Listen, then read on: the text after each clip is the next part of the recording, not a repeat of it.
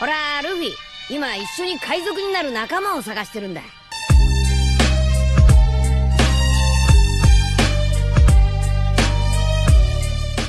Hello guys, welcome to my channel The Wandering Zoro, your go-to destination for anime-related content. And if you're new here, don't forget to hit that subscribe button and turn on notifications so you never miss out on our latest videos.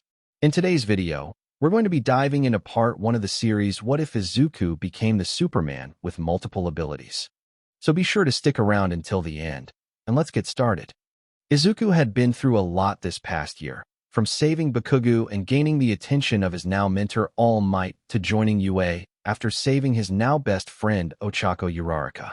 And it didn't stop there as the USJ incident happened, and then shortly after the sports festival where he helped his newest friend Shoto Todoroki.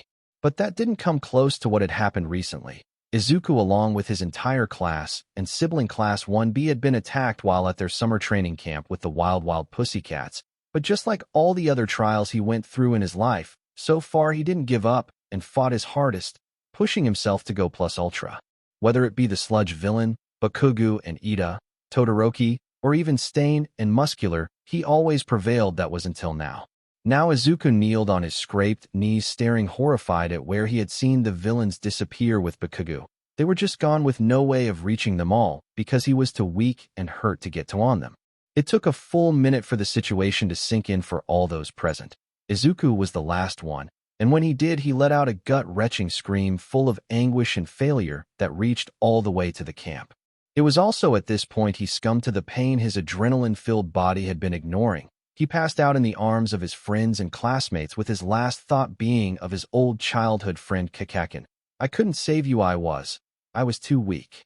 Inside One for All, our green-haired protagonist wasn't sure how long it had been, but when he opened his eyes to see a void of swirling energy, he quickly started to panic. He sat up and got an eye full of his surroundings, or to better described, as a lack of one.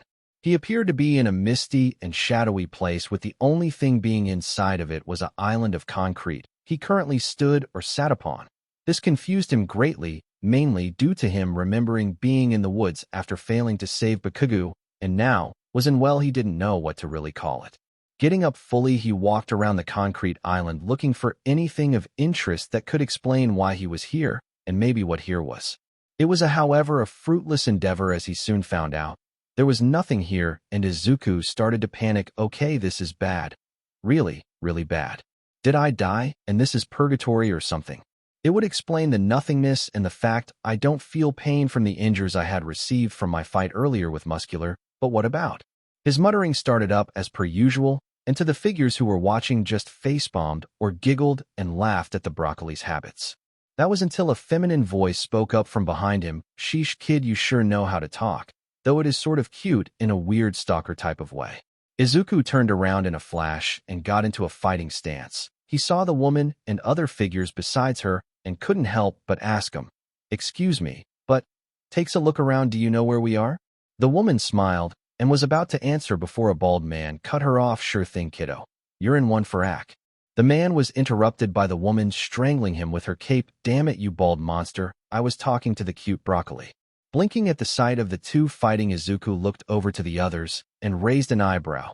Two of the men weren't looking at him, and the others were sort of strange in Izuku's opinion. One was frail with white, unkempt hair. To his sides were a man made of golden flame, which felt familiar to him, and a shorter male with a high-collar jacket with short black hair, and a little off to the side of them, standing alone, was a tall, lanky figure with gray hair and a strange line going down his face. "Can one of you explain, since they appear to be occupied?" Izuku said, giving the two who were fighting a glance. The other's sweat dropped, and the white-haired one stepped forward. "Yes. I believe I'd be the best to do that since I was the first.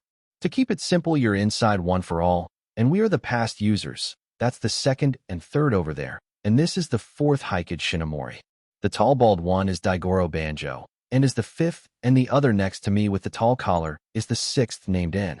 Izuku mentally noted this all down and turned to the woman and the flaming man. "So that woman must be Nana, the seventh user and mentor of my predecessor All Might. He told me a little about her, but I think he understated how pretty she was, and if I'd hazard a guess, the flaming man represents All Might Sensei." The first and fifth laughed at this, and In simply nodded. The first then did a facepalm, and said I seem to have forgot to introduce myself. I'm the first user, and my name is Yoichi Shigaraki, but I believe it's time we discussed why you are here. At this, Izuku perked up and looked at the first with his full attention. Yoichi, seeing this, gave a LN approving nod and started to explain, so you basically evolved the quirk to something even we who are inside of it are unsure of. But I must commend you on the genius idea of having one for all active as long as possible in a low percentage and gradually upping it once you get used to it, although I think figuring out a way to have it on while you sleep was a little too much even for us. Izuku blushed and rubbed the back of his neck. Yeah, but I can't say it didn't help with stamina training and help me improve, but yeah, the whole sleeping with it on was probably pushing it a little. The first smiled at the newest successor and nodded. That being said, what you've done is quite extraordinary. I believe we would call it quirk singularity, but even that would be a stretch due to how much it's more evolved for it to basically be in its own category now. Izuku tilted his head confused. What do you mean? One for all still feels the same and works the same way from the very first day I used it? At this, Nana shoved the unconscious body of Banjo to the side and brushed herself off. Oh, but that's because it never had the time to fully integrate the new changes. Think of it like an update on your phone that you put to update at night. When you're sleeping, it's kind of like that. But with the extremely powerful quirk that's going to become even more powerful and do things that we have basically no idea about. Holy All Might, are you serious? The greenette shouted. Nana giggled at the fanboy and patted his head. Yup. So basically you're getting a new and improved one for all. And not just that, but we think you'll maybe get our quirks too, or a form of them, since we don't really know anymore, since it's changing so much. Izuku was even more surprised to hear this. I'm gonna have more than one quirk? That's outrageous. Maybe I'm just having a fever dream or something from the toxins the hospital have gave me. The tall brunette woman rolled her eyes and flicked the green-haired boy on the forehead. Hey, none of that. We are super real, so don't get your fanboy panties in a bunch. Izuku pouted and rubbed the spot where he got flicked before he realized this was all real. Okay, so I'm gonna become more powerful than even All Might after this? I mean, seriously, with that many quirks, and with one for all getting stronger with every time it gets passed down, that would mean I would already become stronger than All Might Hut with this newly evolved quirks. I would have more of an arsenal to use. And once again, he started rambling, making everyone's sweat drop. Even the now awake Banjo sighed and rubbed his neck. Nana, your successor sure does know how to pick him. At least he's not into that weird stuff like in over there. Inside and rubbed the bridge of his nose for the last time. I'm not into that stuff. Just because I wear a leather jacket with a tall collar doesn't mean anything. And if anyone here was into that stuff, I'd be you with that leather jacket exposing your chest and your quirk that can bind people. Banjo turned and growled. You're just jealous that I have a useful quirk for combat, and you don't. The two started bickering like siblings, finally knocking Izuku out of his ramblings and making him notice that he started feeling strange. Guys, I'm feeling pretty weird. Like super weird. The others looked his way and were surprised at what they were seeing. For one, Izuku's once blackish-green hair was now a blackish-blue, and his eyes, which were once green, changed slowly to blue like his mentor All Might. What? Why are you all looking at me like that? And are you guys getting shorter, or is that just me? Said the now evolving boy. Nana, who was the closest, was the one to speak up. Don't be surprised, kid, but you're kinda changing, like physically changing. It's probably the quirk evolving finally, and these new changes are the outer indicators of it probably. Izuku's eyes widened. Wait, what? How am I changing other than height, since I can kinda tell I'm getting taller by the fact I'm seeing some of you without needing to look up anymore? And what do you mean probably? Yoichi sighed and cleared his throat to gain Izuku's attention, which he did by the looks of it. Your eyes and hair color have changed to blue instead of green, which is rather interesting. Maybe it might be because Toshinori was your direct predecessor, so maybe some of his traits like eye color were passed down to you. It's quite fascinating, actually. Izuku tried to calm himself and gulped before he nodded his head. Okay. Is there anything else? Nana walked up closer to him and looked him over. Your freckles have faded a lot to the point you won't notice them unless you're right in your face. Izuku initially blushed at the close contact, but understood she was doing this to help him. Not long after, she backed up and looked him up and down. It seems you're gaining more muscle mass too. That's interesting. Wonder why that is. I'd suggest you ask your doctor when you get out of here. The ninth gave a nod and felt something else. It was like his muscles had torn and then mended, but they repeated to do so over and over again. It felt dreadfully painful, but soon went away, and along came a new feeling that made him feel almost weightless.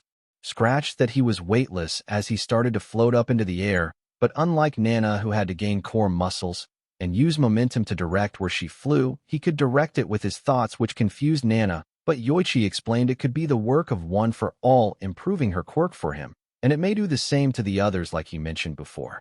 This conversation about quirks evolving went on for a bit as Izuku got somewhat control over his new flight abilities. But the conversation stopped abruptly as energy formed around Izuku's eyes and shot out into the void.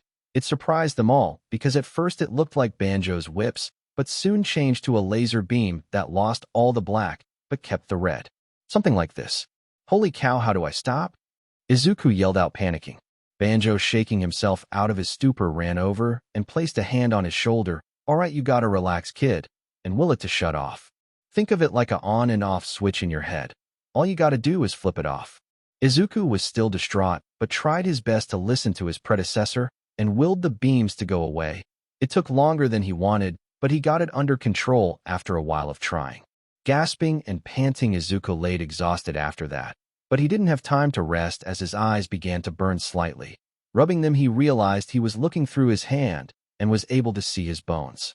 It freaked him out at first, but when he turned to address it, he looked right at Nana. But since he tried turning his new X-ray vision off, he accidentally weakened it to the point he could only see through clothes, in this case Nana's clothes. Drip, drip, drip. Nana quirked a brow as she looked at the 9th user of One for All. "Izuku, your nose is bleeding. You doing all right?" Izuku didn't respond as his eyes trailed from her chest down to her nether region, where he immediately fainted and fell backwards. Nana, seeing this, looked down at herself, wondering if she forgot to zip up her costume or something, but it wasn't so. She was confused. Hikage, however, figured this was his danger sense on a new level. If he was right, Izuku had enhanced senses, and in this case his eyes evolved to have X-ray vision. He pitched this idea to the others, making a few laugh and Nana to blush and look away, finding her cape rather interesting. A few minutes later, Izuku woke up and immediately blushed at remembering what he saw. He made sure to mentally turn off his new X-ray vision and noticed a few more new adaptations, which were super hearing, and that his lungs felt full even when he didn't breath, probably meaning he didn't need to breath as much or could possibly stay underwater for long periods of time without needing to resurface like a whale.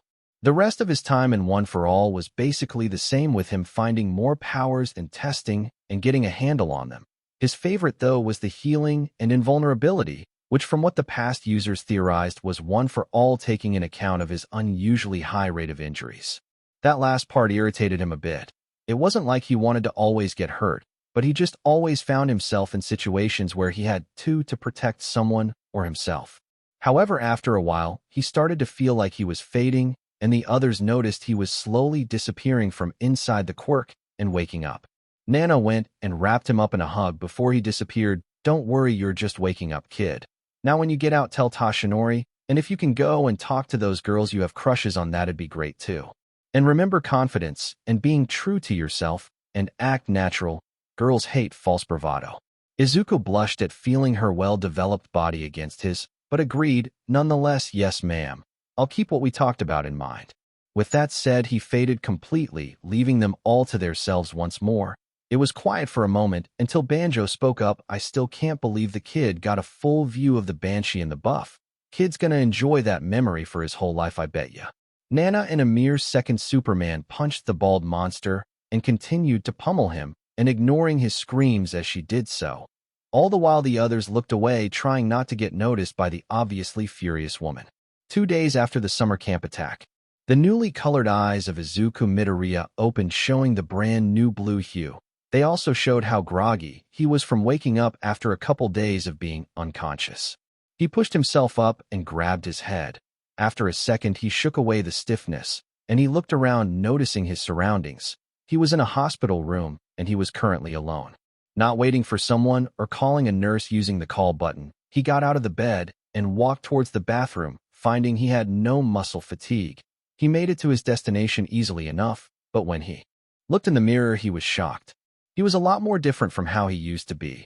The color of his hair and eyes he knew already, but the fat on his face had slimmed down, and his muscles, now looking at them, were similar to Ida, if not a little slimmer. One thing he kinda missed was his freckles, They were always there his whole life, but now they were just gone. It felt weird to see himself with them gone. Well, faint, but they were practically gone with how faint they were now. Sighing, he went to the toilet and used it. After he was done, he washed his hands and left the bathroom, walking right into someone. He caught the person and helped them stay up. I'm sorry, I didn't notice anyone come in. The person was none other than Momo Yaoyorozu, who wasn't alone as a good chunk of his class was also there. He could guess the others either weren't ready to get out of the hospital or had gone home to their worried families. Oh no, we thought this was our classmate's room. It's entirely our fault, but it is strange. I could have sworn the nurse said this was his room, said the beautiful Ravenette. Izuku chuckled at this and nodded. Sorry, but you are in the right place, Yaz-san. It's me, Midoriya. I just went through something, and my quirk changed my appearance a bit. Momo, along with the others, gasped at this and looked him up and down. Kaminari, who was next to a very jealous Mineta, couldn't help himself and said, dude, you're jacked well more than usual since you were already pretty muscly before, but this is just wow, man. And why's your hair and eyes blue? Izuku nervously rubbed the back of his head as he explained, I'm not that much different really. Sure, I'm taller and have more muscle, but I'm still me, guys. Still the same Izuku Midoriya you guys went to class with and train with. One of the people in the crowd of classmates walked up and looked Izuku up and down. This was none other than Kyokujiro, who had a bandage on her forehead and a band-aid on her cheek. So the same guy who would get embarrassed from being next to a girl? Or did you finally grow a little confidence to even let a girl touch you without apologizing and or fainting? All Might's secret successor Grimace. He wasn't that bad, okay, maybe just a little, but seriously, there are plenty of guys who have problems communicating or just being with women, yes. That one, but many have the same problem when it comes to interacting with women, so it's not like I'm the only one with that problem. Kyoka rolled her eyes and smirked. Maybe, but I prefer you the way you are, you big nerd. Now I'm pretty sure we all came here for more than to come see you, so Kirishima, step up and explain, or I'm hitting you with my jacks. Kirishima did just that, and in front of the crowd, he explained the situation and how he wanted to go and help Bakugo with the tracker they had from Momo's quick thinking during the attack. Izuku, after hearing the plan, hummed and nodded that the plan, for however simple it was, could work. But before he could say his answer, Ida and Tsu stepped forward to express their opposition. Midoriya, you and I both know this should be left to the pros. They have the situation handled, and if we interfere it could possibly endanger Bakugo more than help him. The blue-haired glasses-wearing teenager known as Ida made a valid point, but Tsu really brought it together in her statement, and it's highly illegal and could get you all hurt if you're not careful. The newly evolved teen gave their words thought and agreed to a degree. Sure, it was illegal, but if they wore disguises it may just work. But then again, he was the only one with complete invulnerability besides Kirishima, so he and his shark-toothed friend needed to be more thoughtful of the others. Looking over the group, he thought of who had the best quirks and abilities to escape if necessary. After a few more moments, he came to a decision. All right, I say we do this, but only if we play it smart. Those like me and Kirishima can go because we have invulnerability. And yeah, that's a new evolution of my quirk with a bit more to it, but it's too much to explain right now, so we'll leave it at that. Other than that, Yaoyorozu, Jiro, Ida, Shoto, and possibly Hagakure, if she thinks she's up to it, would be the most likely to be effective and or escape the area, if need be. The room went silent for a while after this, but those who were mentioned were in deep thought. Most were on board, but a few had problems with it. Hagakure shook her head. I'm sorry, Midoriya, but I'm not comfortable with going. It may be cowardly of me, but I don't think I would bring much to the team and would be more of a deadweight than a pushing force to the team. Izuku turned and saw Hagakure giving the beautiful blondish green-haired girl a nod of understanding. It took a moment for him to realize that he actually saw her. Not just her clothes, but her face and hair, everything. His eyes were wide and he blinked in surprise. Wow, I didn't think you'd be so pretty, Hagakure-san. Toru Hagakure tilted her head curiously hearing this before saying, I don't think my clothes are any different that you've seen me in, Midoriya, but thank you. Izuku, realizing the misunderstanding, cleared his throat, embarrassed. That's not what I meant. I can see you. Like actually see you. You have pale skin and pretty eyes. Your hair is also pretty too, with its vibrant coloring. It's kinda greenish blonde with purple highlights. Toru knew immediately that Izuku was telling the truth. She doesn't remember what she looked like, but from the pictures of herself as a baby, she knows the color of her hair, and what he just described was exactly how it looked. She covered her mouth in shock before it registered, and she couldn't help but hug the ninth user. Please tell me what else. Do I still have the mole under my left eye? Do I look pretty and cute like Uraraka, or more elegant and dignified like Yaoyorozu? Izuku blinked along with the others who were super surprised by this new revelation. Izuku, before his mind registered at his mouth, went on autopilot. Yes, it's still there. And I'd say you look more like Uraraka, but have a very pretty face similar to Yaoyorozu's. I didn't mean to say that, not that you're both not pretty, but that I didn't mean to speak my mind. Yaoyorozu was blushing up a storm along with Toru, who was for the first time complimented on her appearance.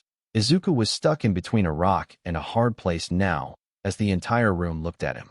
Jiro grinned evilly and slapped his shoulder. Looks like you've grown a lot more than in height and muscle. Seems you've finally grown a pair, and I like that. Maybe now you could start flirting with cute girls. Izuku coughed on his own spit and sputtered, I can't just go around flirting with girls like you, Jiro-san. Girls like me? Asked Jiro with a deadly look in her eyes. Izuku, not wanting the Kaminari treatment and totally forgetting his invulnerability, quickly replied, girls like you and Momo, who are really super pretty. He blushed more at being forced to say what he thought about the two girls, liked it, but tried not to show it. That was until Yaoyorozu's voice was heard. I believe we're talking about saving Bakugo, not flirting with Midoriya, Kyoka-chan. Kyoka shrugged. What can a girl admire a handsome guy? Besides, it's not like I'm the only one drooling over him. I saw you legit drool as you looked at him after he caught you. At hearing this, Izuku stammered and Momo gasped, I was not. And even if I was, why would you point it out? Kyoka rolled her eyes. Obviously because it's fun to see your reactions. I mean, just looking at you makes me smile. From behind her, Kaminari snorted, more like smirked like a maniac. A sharp jab of her jacks to Kaminari's ears were her response, after which the room started to talk about the plan in more detail. The group decided it would be Izuku, Kirishima, Momo, Ida, and Kyoka. The rest weren't going, but gave their support, and not long after, a doctor and Izuku's mother Inko came into the room. Izuku said bye to his friends, and that he'd meet up with them later. When he turned, he saw his mother, who was obviously surprised by his new looks, but shook them off, just being happy that her son was safe and sound. The doctor who did his medical scan was heavily surprised by the new invulnerability, and even more by the demonstration of his flight and other abilities. The doctor eagerly documented each and every ability in detail and updates his Quirk registry for him. It took a while because of all of the tests, but by the time it was all over, Izuku was a bit mentally tired. It didn't help that his mother kept looking at him strangely.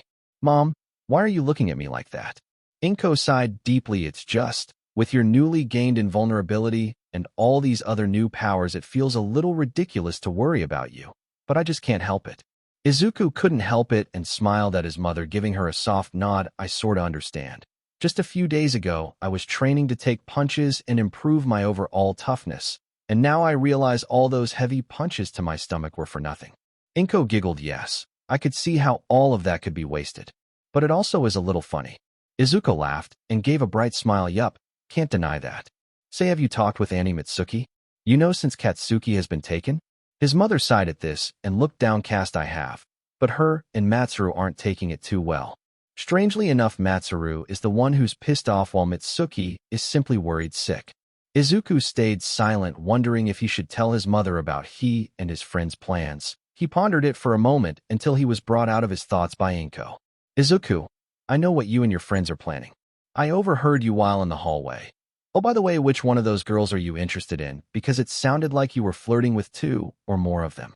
The one for all user paled and face-bombed as his cheeks burned red-eye. Sorta like one or two of them, and maybe a few more, but I don't think anything will become of it.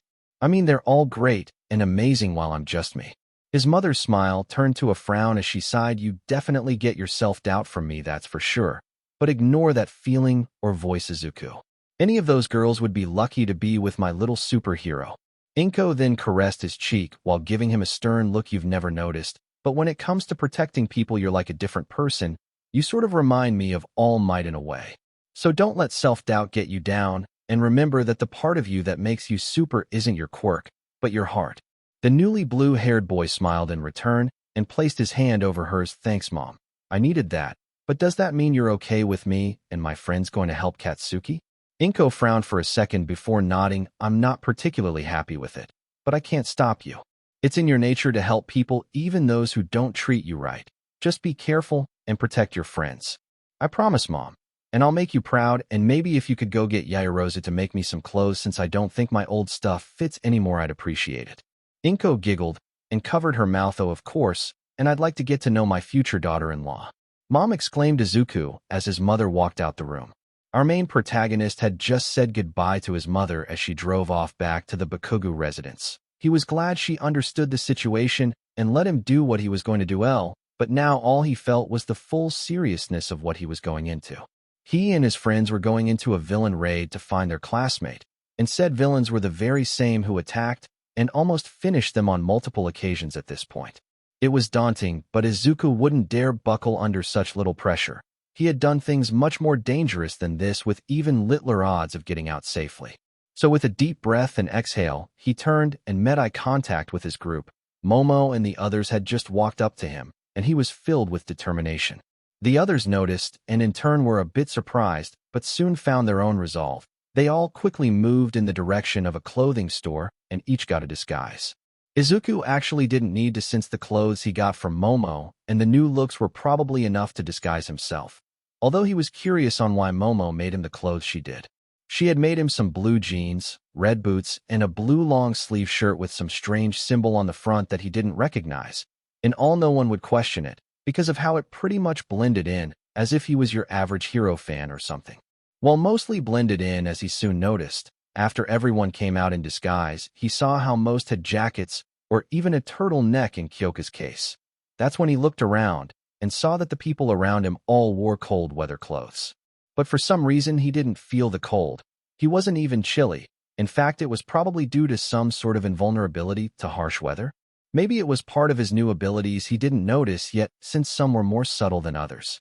Apparently, he wasn't the only one to notice as Kyoka walked up to him and placed a hand under his shirt.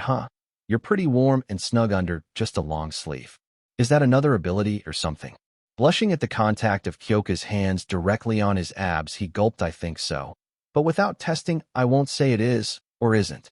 Kyoka gave a soft hum to this and laced his hand with hers, causing Momo to pout and the other guys to tilt their heads in confusion.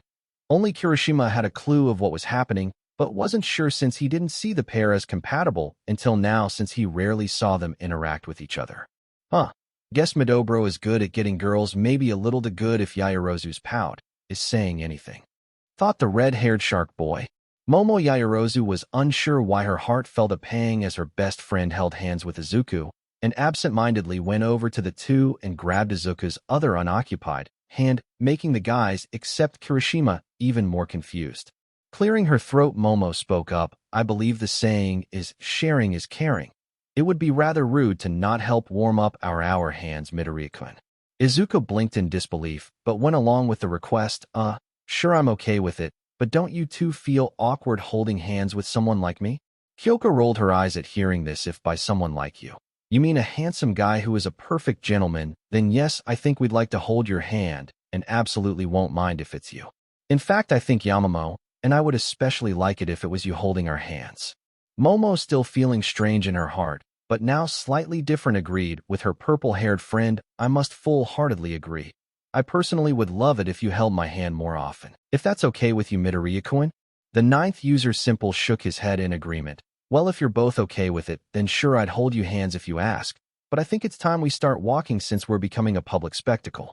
Indeed, apparently having two girls fawned over one handsome-looking young man would gain the attention of others, to the point some even started taking pictures and videos of them. Sadly, this would have unknowing effects in the future. With so much attention on the group, they all ran off and started on their way to the marker on the GPS. It took them a while, but they soon arrived at what seemed to be a warehouse in the industrial district. Problem was, it was nearly morning by now with how late when Izuku was released and met up with his friends. The little shopping trip just took more time out of their little operation. Yet, thankfully, the raid, from what Momo heard, was being conducted in the morning to catch the villains off guard. This also meant they needed to be quick and spot Bakugo as soon as possible to be able to get him out. The group walked towards the building with Izuku using his X-ray vision to see into the building. What he saw made him grimace, which was noticed by Kyoka. What is it, Beefcake? You sense something off? Izuku didn't blush at the nickname since he was in his more serious persona. I used one of my new powers, that being X-ray vision, and looked into the warehouse, and it's super not good. Kyoka and the others perked up looking towards him to explain. When he noticed their looks he sighed and told them what he saw. I see tanks with nomas like the ones at the training camp. Hosu incident in the USJ, but no Bakugo.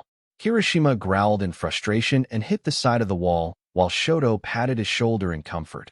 Izuku wasn't too far behind Kirishima in anger, but he knew he needed to keep a cool head and continue to search the building with his X-ray vision.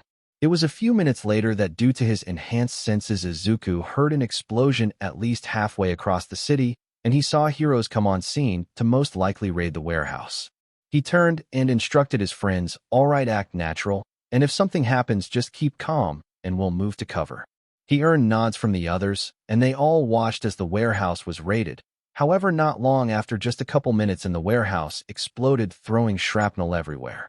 No one was hurt due to Mount Lady thinks swiftly by blocking the debris with her enlarged body, but the situation soon worsened as the League of Villains were teleported through a goo-like matter. Izuku could hear the others curse beneath their breath, and he couldn't help but agree with some of them. This was looking to be a trash show in the making, and right in the center of it was their Bakugo. The group moved to cover behind a concrete wall, and Izuku started forming a plan in his mind. His mind moved extremely fast, but all the planning he did was for naught as a new challenger entered the fray. A tall man in a suit and black mask appeared and started mocking and fighting the heroes. This was pretty bad, but what was worse was the sheer pressure the man emitted, striking fear in everyone there. What All for One looks like. Ah, heroes are here as well. Since you're all here uninvited, I might as well give you all a good welcome, said the menacing figure. The man shot his hand forward and sharp red and black tendrils exploded out of his fingertips, heading straight for the heroes. Most dodged, but Mount Lady wasn't able to as she shielded civilians and police in the area. The giantess fell to her knees with vital fluid leaking from her arms and some more smaller cuts along her abdomen. The heroes like Kimui Woods and Best Genus tried their best to fight the man off, but it was to no avail as he systematically defeated them all using an arsenal of quirks. Now that the heroes are dealt with, I believe we still have business to attend to. Bakugo, I'm still waiting on an answer if you join me in my league, said the man. Izuku and his group gulped in fear and awaited Bakugo's answer. Unpredictably, the blonde bomber raised his middle finger towards the black-clad man and yelled out, "F you. I'm not joining some daddy issue group, and besides, I bet you all talk about your feelings, and all that just ain't for me." Everyone's sweat dropped at this, but the man just laughed and held his hand out. "What a pity, but at least you'll be remembered as someone who made me laugh. Goodbye, young man." Just before he could attack, All Might came flying in out of nowhere, striking the man with a Carolinina smash. However, the fist was caught, and the man simply spoke as if nothing happened. "Ah, All Might, I see you've grown old. It would have taken you about half the time to get here if you were still in your prime, and that punch was pathetically weak." All Might just glared before speaking. "I could say the same for you all for one. It should have taken you at least another 10 minutes of monologuing before you started unaliving the people around you."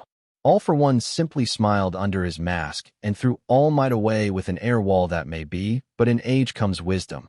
But you were never the wise type, so I'd say you're the senile sort of old man."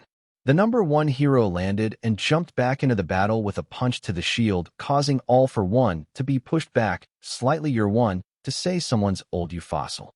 As the two titans duked it out, Bakugo was surrounded by the League, giving him no time to escape unless he wished to be captured or heavily injured. But lucky for him, he had a classmate who, with his newly increased strength, could now move faster than the eye could see. In a blue blur, Bakugo disappeared and reappeared behind the concrete wall, where the heroes in training were hiding behind. The blonde, after realizing where he was, tried to proclaim his surprise, but didn't get time to speak, as he knelt forward and vomited from the speed he had moved in such little time without preparing for it. "You sons of a warn a monster next time." Izuku grimaced and patted his childhood friend's back. "Sorry, I didn't really get time to warn you, and we kinda need to move, so we need to get going before they find us." "Wait, who the hell are?" Bakugo started to say, but was cut off as Izuku moved again, getting him and the rest of the group out of there and into an alley about a few miles away. This time, all of them clenched their stomachs, and a few, like Bakugo, Kirishima, and Kyoka, vomited in nearby trash cans. Izuku, seeing this, sucked in through his teeth as he felt sorry for his companions. But he also knew it was for the best to get out of there as quickly as they could, so didn't say anything. It also dawned on him that maybe he didn't need to take so many of them with him in one go, but that train of thought was for another time. Because right now he had to console a pissed-off Kyoka, who started jabbing him with her jacks on high volume. "You, Himbo, what the hell was that for?" she yelled at him. Izuku simply raised his arms, not even feeling the jacks hit him. Besides the small shakes, his skin felt sorry, but we really needed to get out of there, and that was the quickest way without getting noticed. "Even so, warn us," like Bakugu said, "next time, or no more flirting for you," the purple-haired girl exclaimed. The ninth one for all users simply tilted his head and asked, "Wait, you're going to continue flirting with me?" Kyoka facepalmed and groaned. "That's the thing he gets caught up on? Oh, whatever, let's just get out of this alley, it stinks of vomit." From behind her, Kirishima sickly apologized, "Sorry." Kyoka huffed and walked out the alley, dragging Momo and Izuku with her, and the others shakily followed behind. Walking for a bit, they stopped and were now underneath of a massive TV depicting the fight between All Might and All for One. From the looks of things, it had gotten worse, and the League was nowhere in sight. The man in black, however, remained and was putting up a good fight against the symbol of peace. They watched on as the number one hero struggled to fight his arch-nemesis and was even forced to undo his transformation, making almost everyone besides Izuku gasp in shock and surprise. The news anchor watching it all couldn't help herself as she commented how the fight was not looking good in favor of All Might. Our protagonist clenched his hands anxiously, knowing that this was not going to end well. The fact All Might's weakened form was revealed was already bad enough, with the ramifications and the things he thought of made Izuku worry even more for the future after this fight. All Might Sensei is in deep trouble. He's out of time and his body is failing him. If things come down to it, I'm going to have to step in and save him. Laws be damned, I will not let my mentor die to All for One's hands, but will All for One stoop low and reveal One for All? It would demoralize the public and maybe even put a target out for myself, even if he doesn't know it's I who hold it," thought the successor of the number one hero. The fight continued on until All Might was forced back and in front of a civilian woman who had been trapped under rubble. All Might was barely able to stand and watched on as his nemesis approached him with his arm fully imbued with quirks. Momo and Kyoko went to grab a hold of Izuku's arm for comfort, but to their surprise he was gone. But the slight breeze they felt told the story of what happened, and the reality of it was about to hit them. "Kyoko, where did Izuku go? He was right here?" asked the Ravenette. The purple-haired girl went wide-eyed and replied, "I don't know. He was right here a second ago, you don't think?" The half-said question caused Momo to pale and turn to the screen in anticipation along with Kyoka. The boys in the group noticed how tense they were, and on seeing them there, but Izuku missing, they all figured what was happening and turned back to watch the screen in just as much worry.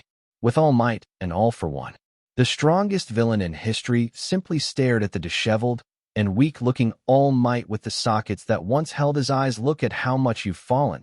To think the great and mighty All Might has become a shell of his former self, all due to my attack all those years ago." All Might couldn't retort as his mouth was filled with vital fluid. He could hear the woman behind him begging him for help, and he was powerless to do so. He felt like a failure. Here he was against his most hated enemy, and he could do nothing but stand shakily on his legs like a skeleton propped up on strings. And to make it worse, the monster in front of him was monologuing like a textbook villain. If he could, he would punch the monster or even spit in his face if it didn't shoot pain through his body. But just as he thought this, the villain's words finally struck him out of his thoughts. "Say, your successor. Do you believe he's capable of fighting me in your stead? Because this is rather boring. What was the kid's name again?" He put a hand to his chin in thought before smiling and proclaiming, "Ah yes, how could I forget? His name is Izuku Midoriya, if I'm not correct." All Might went wide-eyed but soon clenched his teeth. It seemed All for One wasn't just going to live him, but put pressure on young Midoriya by outing him as his successor and pupil, all by broadcasting it through the news helicopter above them as they recorded the fight. "Leave him out of this, All for One. He's not ready yet to face someone like you, and even if he was, I'd still like to get my punches into that ugly mug of yours," said Toshinori with his eyes lit aflame. The news anchor in the helicopter watching and recording this all couldn't help but speak on the matter to those watching. "You've heard it here, folks at home. It appears that All Might, our beloved number one hero, has a student to replace him by the name of Izuku Midoriya. If my memory is correct, the same boy was recently in the sports festival, and from a recently uploaded video on HeroTube has fought not only the hero killer Stain, but also the mass murder muscular. Those watching were shocked to hear this, but none more than Izuku's friends and mother who were watching from their homes. The group he went with on the street were just as shocked to the point Bakugo dropped his angry face for one of surprise. Inko actually fainted after sputtering, and it was only due to Mitsuki and Masaru Bakugo for catching her, although even they had to give each other surprised looks due to their own bewilderment. All for One hummed at Toshinori, putting his hand to his chin once again. "Ah, so you admitted it.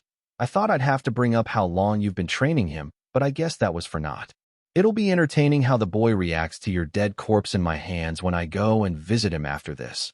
I can't wait to see his expression of horror and maybe take a picture to look at after I dispose of him."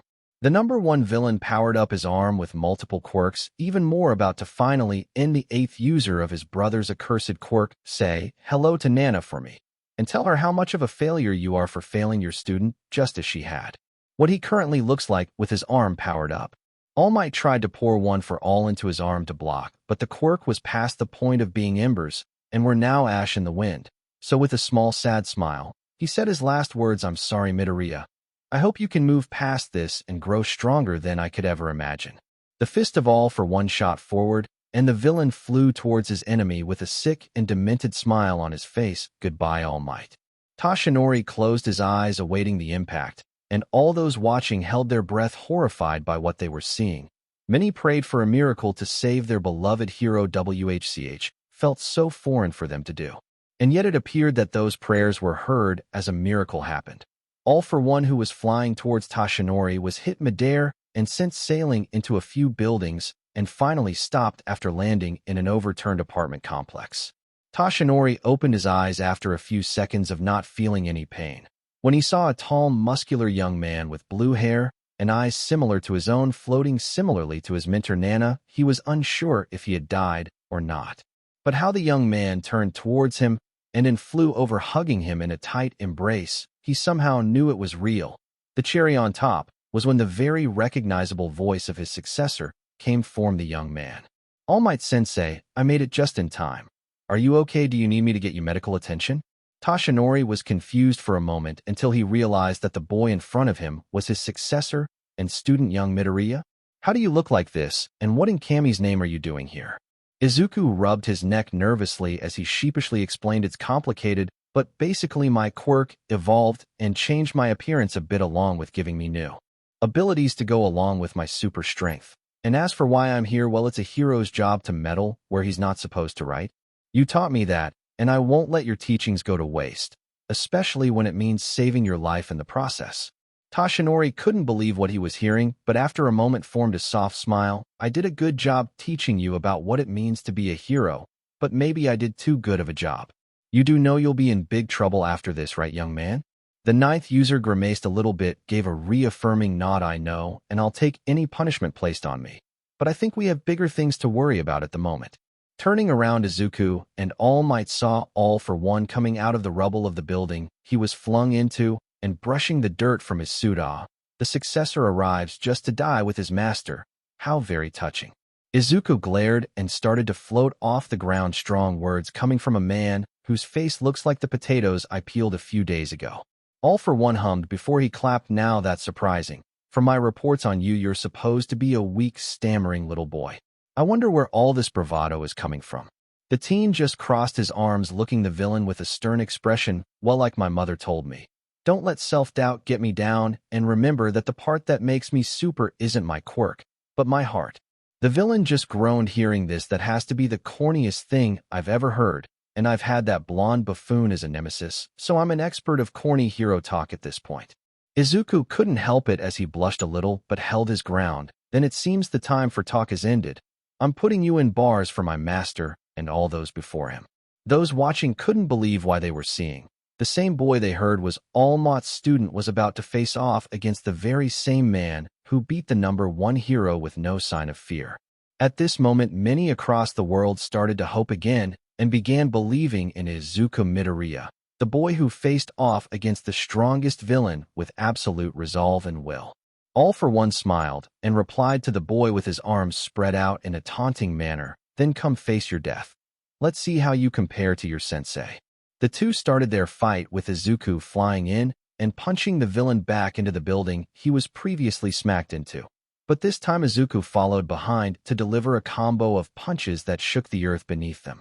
The ground broke apart, and the building was turned into rubble in just a few punches. However, All for One was able to force Izuku back, with a concussive blast from his palms, shooting the blue-haired boy into the air, just barely missing the news helicopter. The villain used a spring Quirk to jump up towards the young man, and delivered a haymaker to his gut with his hand that turned into a spiked club. But to the villain's surprise, Izuku didn't budge or seem hurt at all by the attack and retaliated with his heat vision, blasting him into a crater. It took a moment for All for One to get out of the crater and smirked viciously, "Nicely done, boy. But it's quite shocking to see how that quirk of yours has evolved. It also reminds me of my own, if in a smaller scale due to only having a couple abilities, though a quirk that belonged to my very own brother would of course be somewhat similar if you think about it." The world watching all in unison gasped hearing this new revelation. To think the boy who trained under All Might had the same quirk of the villain he was now fighting. It was sort of poetic in a horrific, deranged way. Izuku didn't respond as he dove down at what he could only think was 100 miles per hour, slamming his feet into the villain's chest and holding him down with his strength.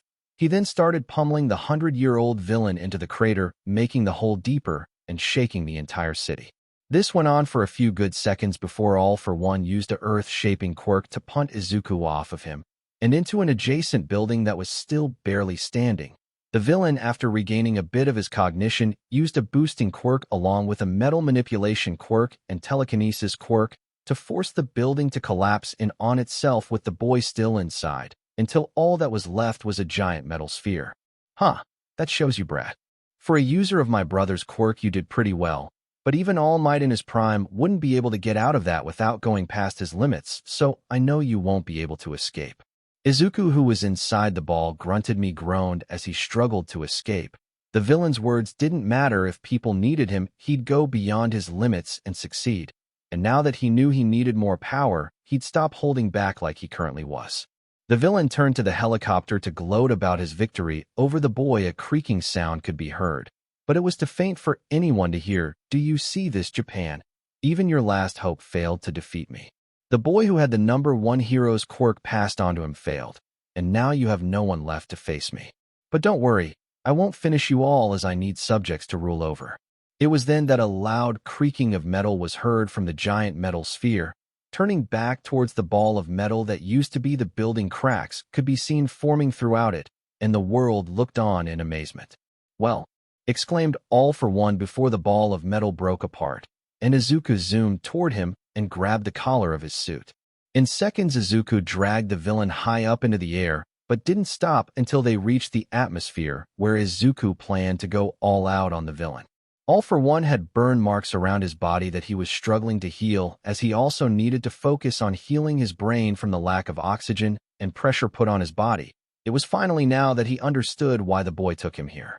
Izuku was just fine and hadn't needed to take a breath at all, but he knew that fight wasn't over yet, and not to underestimate his opponent. So with an idea in his head, he flew around the earth in circles, causing immense pressure and heat on the villain, causing his bones to break, and the very clothes and skin of his body to burn and char.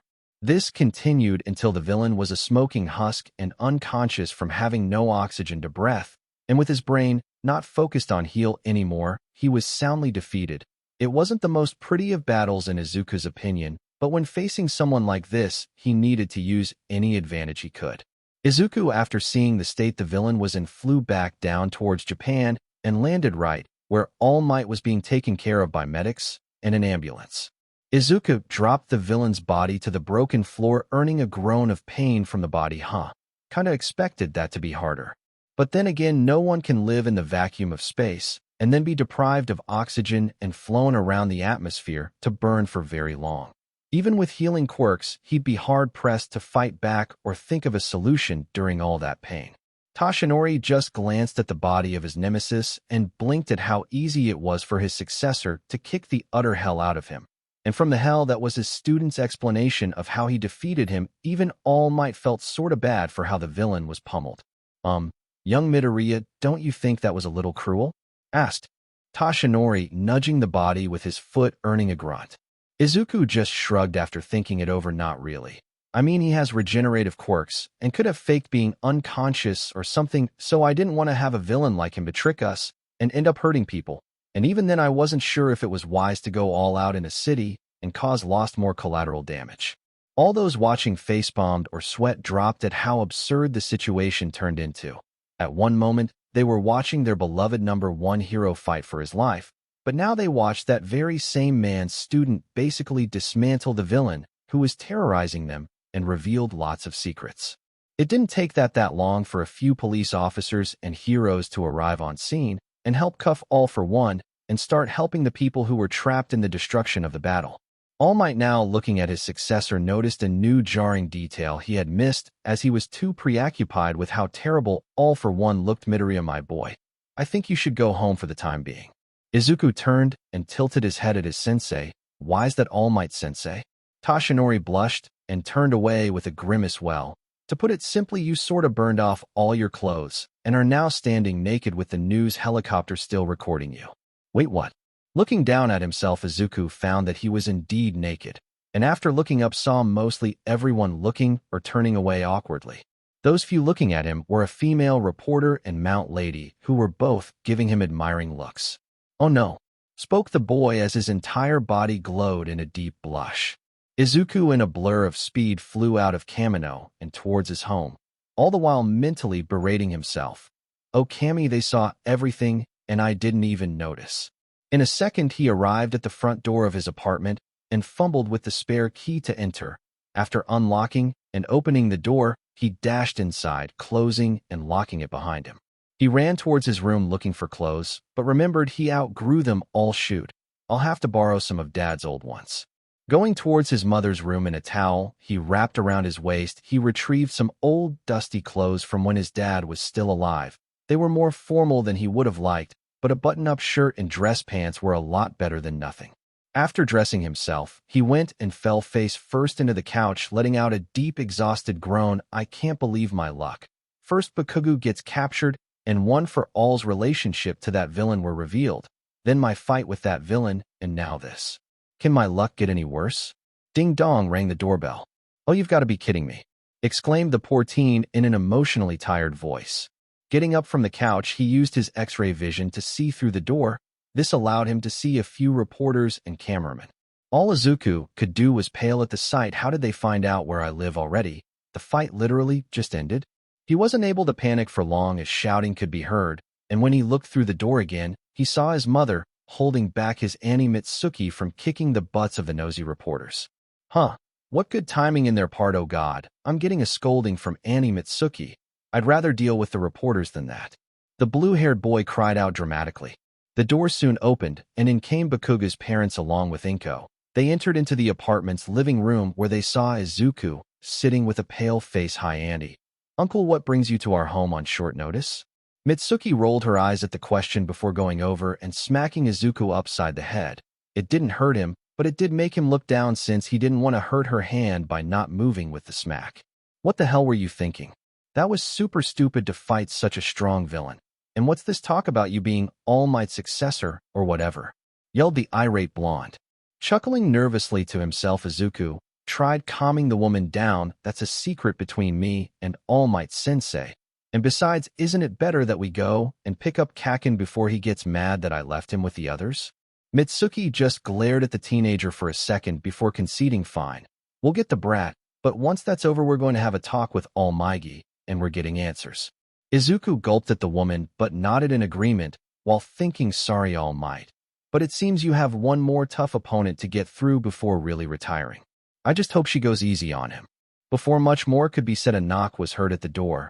Mitsuki, thinking it was more reporters again, grumbled about stupid vultures and how she'd show them why you don't mess with people and mind their business. Stomping towards the door, she opened it with anger burning in her eyes. But that anger went away as soon as she saw the principal of UA, and along with him were a couple heroes, those being Eraserhead, Present Mike, and finally Midnight. The Chimera smiled joyfully at the woman. "Ah, I do believe you're the mother of young Bakugo. It's good to meet you again, but we're here for Midoriya, if you could get him for us." Mitsuki narrowed her eyes and crossed her arms. "And what are you going to do with him?" Aizawa, at hearing this, sighed and explained, "We're merely going to talk to him, and bring him to the hospital where All Might is being kept and have reports of your son being at, not only to get him checked out for any injuries, but to get answers from both Midoriya and All Might on what exactly is going on. He also grumbled under his breath about the fact the rat probably already knew and just wanted to see the drama of them finding out for themselves. But luckily, only a few heard that last part. Mitsuki glared for a moment before sighing and rubbing her head fine, but when we get there I get to ask some questions of my own. Nizu gave a nod of understanding, of course. That is perfectly fine and reasonable. The blonde woman gave a nod and went inside to get the others. When she came out to the door with them, Izuku greeted his teachers apprehensively, "Good morning, Midnight Sensei, Mike Sensei, and Aizawa Sensei, and hello to you, Principal Nizu." The teachers greeted back in variously different moods. Mike was happy to see the young listener, while Aizawa was irritated. Nizu was joyful, as usual, and Midnight, well, she had a nosebleed, so that said enough. They exited the apartment complex just to encounter the press right before they got to the car they were taking. A few young reporters charged forward to try and get a scoop on Izuku, but were harshly pushed back by Aizawa, who flared his quirk. "Get back. This is a minor, and you will respect him and his privacy. If you wish for a statement about the Kamino incident, then you'll have to wait for an announcement scheduled for tomorrow," said the rugged-looking teacher. The reporters were still visibly wanting to speak to Izuku, but due to law they couldn't without permission from his legal guardian. And from the looks the adults were giving them, they weren't getting said permission. Most left, but some of the more seasoned reporters turned to Nizu for more details on the announcement. One female with lilac skin and black eyes that Izuku found similar to his classmate Mina spoke up. "What she looks like?" "Principal Nizu, when exactly can you estimate the announcement to be made, and where if it's not too much to ask?" Nizu turned to the woman and said, "If it isn't Miss Chitose Kazuki, I knew you'd come to such a big scoop. To answer your questions, the meeting will be around noon and will be taking place in the front of UA." The now-named Chitose gave a nod after writing the information down on a notepad. After she was done, she looked up and said her goodbyes, but not before giving Izuku a calculating look. The reporters soon dispersed, and Izuku's group were able to get in the black SUV with Aizawa at the wheel. As the car started and drove off towards the Mizudafu Hospital, Izuku couldn't help but ponder on the reporter that looked at him strangely. For some reason, he felt like she was off in some way. But for the life of him, he couldn't pinpoint why he felt that way other than that she was very smart and calculated in nature. He continued to think about her for the rest of the ride to the hospital, finally coming to the conclusion that something was just off with her, and he would try and ask Nizu about her since he knew her by name. A little under half an hour later, the blue-haired boy walked into the hospital nervous as most eyes were on him. He even saw a few taking his picture, and for some reason most were girls around his age, or women he could only guess were in their 20s. Inko saw this and smiled with tears in her eyes as she addressed Mitsuki. "My baby boy has become a heart-throb. Oh, how I remember when he was just a baby going around praising All Might." As the signature Midoriya tears started to fall, Mitsuki patted her friend's back. "Oh, don't be like that. I mean, sure, he's become any girl's dream boy with his looks, but that's just him growing up. It also doesn't really help him that he's still the shy kid he was before his quirk evolved, or whatever. Girls are probably going to eat him up if he's not careful." Hearing this just made Inko bawl her eyes out harder, making the entire group sweat drop. But not long after this, they approached a group Izuku was all too familiar with except for a few exceptions. When they saw Izuku and his group, two very angry girls walked over to him and pulled his ear, making him lean down to their levels. The ravenet of the two chastised him. "Midoriya, what in the blazes were you thinking flying off like that and getting involved in the battle of a hero and an extremely dangerous villain?" The purple-haired girl asked right after her partner, "And why didn't you realize you were naked on live TV sooner? The whole world probably now knows about your butt dimples." Izuku blushed and raised his hands in defense. "Sorry, Yamamoto-chan, Kyoka-san. I just couldn't help getting involved when it was my sensei and mentor. And as for the whole naked on TV part, well, I actually wish I noticed sooner too, since I was super embarrassed." Momo and Kyoka huffed at his response as if they already expected these answers. And that was probably cause they did with the type of selfless person Izuku was at all times, while also being a giant shy nerd with terrible luck at times. Sighing, Momo let go of his ear along with Kyoka.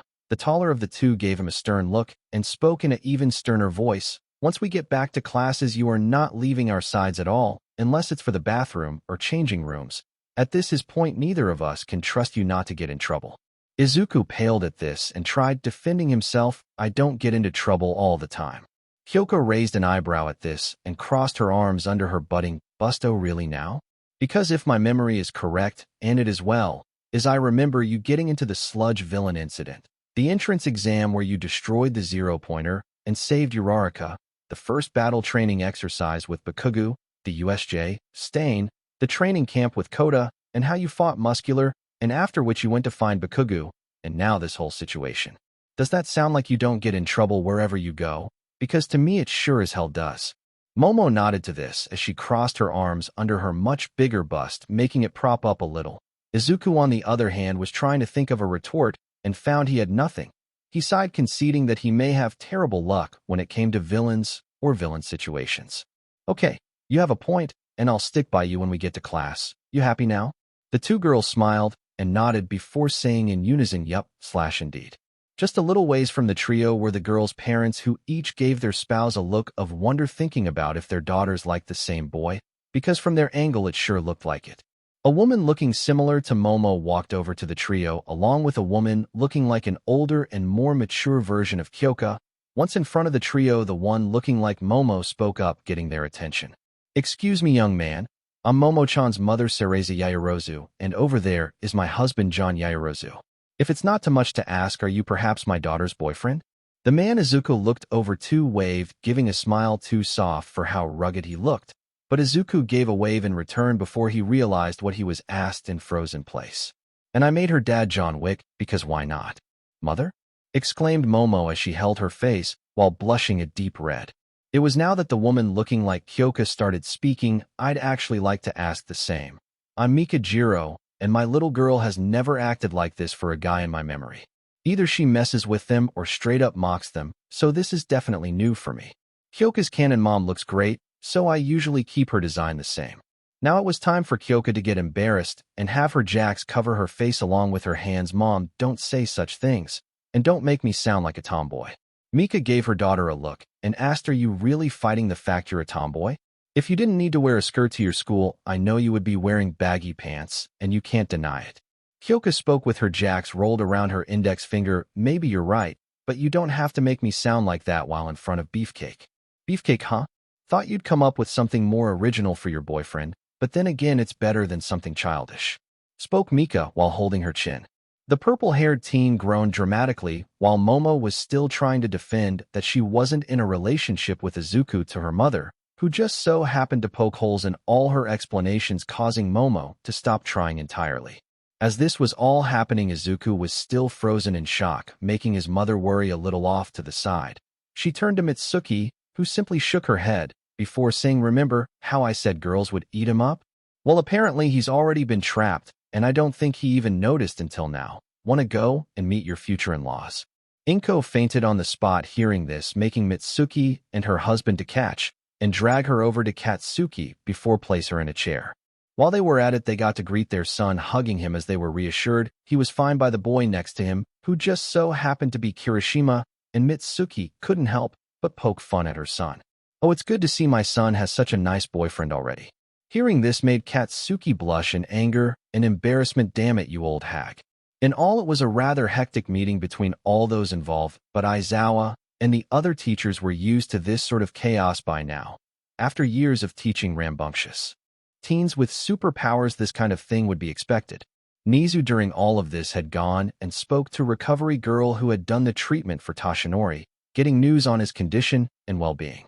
Her explanation on the fact he could no longer use his quirk, and yet his body was not too injured due to Midoriya's interference before any bad injuries could happen, made the Chimera grateful. In all, it was better than it could have been, which was a miracle in its own right. One of his arms was broken but healed up nicely due to her quirk, and on the way to recovery with more treatments scheduled for the future. In fact, Toshinori was already good enough to walk around, and just so happened to be awake already, which would be useful in explaining to the others and Izuku's mother about the boy's quirk and its origin. An hour later, Izuku had gotten to know the two girls' parents and found they were really nice people, especially Momo's father, who since meeting him started calling him son. It was odd at first, but he didn't mind anymore as he got used to it the more it was said. There was one slight problem, though, with all of this, and that was the fact the girl's parents believed he was their daughter's boyfriend, and after speaking with each other agreed it was a fine idea to have him be their daughter's shared boyfriend. Now, he didn't know why they came to such an agreement, but from the way his mother started getting along with them all, he couldn't just upright and deny it. And with his crush on the two girls, it was rather strange to be put in a situation where he could express his feelings without asking them out, which was a plus in his books. Shoto, Ida, and Kirishima had already left since they were in good health and didn't have anything to say or do, and ended up saying their goodbyes, and that they'd meet up when classes started again. That left Momo, Kyoka, and Bakuga's parents along with Izuku's mother to mingle, and found they all got along swimmingly, much to the teens' annoyance when it came to telling embarrassing stories to each other about their children. "Oh God, where's the teacher to come and rescue us when we need it now?" yelled the super annoyed blonde Pomeranian. Kyoka agreed with this statement full-heartedly. "Yup, I'd even take Midnight Sensei intervening with another gender ed lesson than hear one more story about me doing something I have no freaking memory of." The others, who were all slumped in their seats, gave groans of agreement. Meanwhile, the adults, hearing this, all smiled and laughed at their children's antics until the principal and the teachers returned with a bandaged All Might besides them. "Ah, hello young Bakugu, Yaoyorozu, Jiro, and Midoriya. It's good to see you all," said the blonde bandaged man. Izuku got up in a literal second accidentally, using his incredible speed to get up out quicker than the eye could see and dashed towards his mentor. "Oh, thank Kami, All Might Sensei, you're all right. I mean, I knew you were from how I saw you earlier, but what I mean to say is that I'm glad you're doing okay and not as bad as I used to look, all strung up and cast." Toshinori smiled and chuckled before he patted the boy he knew as his successor on the head. "I understand perfectly how you feel, young Midoriya. It's good to see that you're getting accustomed to your new additions to your appearance and abilities." Izuku blushed a little embarrassed, but smiled back. "Thanks, All Might Sensei. And yes, I've been doing well getting used to my abilities. I do make some mistakes every now and again, though. That's to be expected when basically having multiple quirks all in one, and you've only had them for a couple days at best, but even then you were asleep for most of that time," pondered Toshinori. Before this conversation continued to go on, a cough came from the side, causing both to turn towards the cough. It was Aizawa, who was tired of all the small talk and wanted to get the important stuff dealt with. "If you two could stop reminiscing like a father and son, we got questions we want answers to." The two One for All users blinked before looking at the others, who were giving them looks of interest. That's when the two knew they were going to have to spill about it connection and the secret of One for All. Especially since the public would probably be getting it explained anyway, there wasn't really a problem with it. The only problem was how long it would take, and all the extra context needed to be explained. "Okay, I guess I should start from the beginning," started Toshinori Yagi, also known as All Might, getting into the nitty-gritty of it.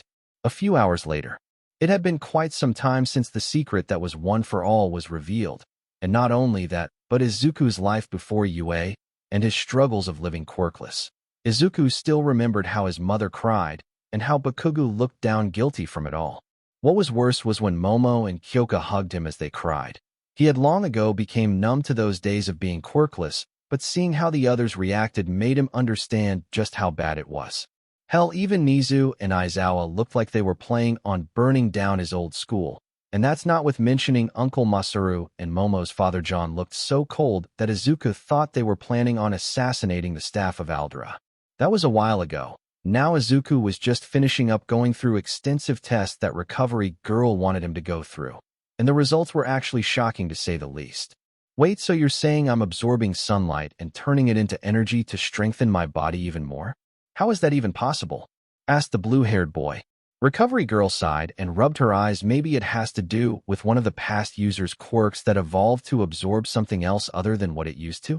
To be honest, without knowing all the quirks of the past users, all we can do is just accept it and move on." Izuku nodded with this in mind. Not like he could do anything with this knowledge other than maybe planning on sunbathing now to get stronger, but that was just his mind trying to relax itself after learning such an absurd thing. The older heroine grabbed some papers that were printed from a machine and hummed, "Well, this is the last of the test results, and it's quite strange in all honesty." Toshinori and Inko, who were in the room with the teen, perked up at this, and Inko couldn't help but ask, "What is it? Is it something bad?"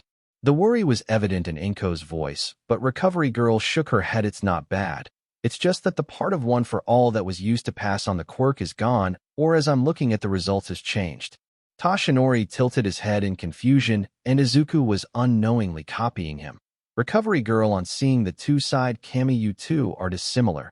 To explain it in layman's terms, Izuku won't be able to pass the quirk on like it was in the past, and will have to impregnate a woman to pass it down. The quirk is so ingrained into his DNA now that this would be the only way to produce another one-for-all user. What? Shouted out Izuku and Toshinori. Inko, on the other hand, took a moment to realize what was said, and when she understood it fully, she gasped, and then grinned joyfully. Yes, I'm gonna get grandbabies. Izuku turned to his mother with a giant blush. Mom? Don't say that, and don't make it sound like I got a girl you know what without even having a girlfriend yet. Inko rolled her eyes at this. Oh shush. You have those two girls that are interested in you, so don't even say such things. You'll ask them out eventually, so it's just a matter of time. The teen just stared at his mother, not knowing what to do with what she said, and looked down at his lap. He thought about the implications of this and wasn't sure how to react.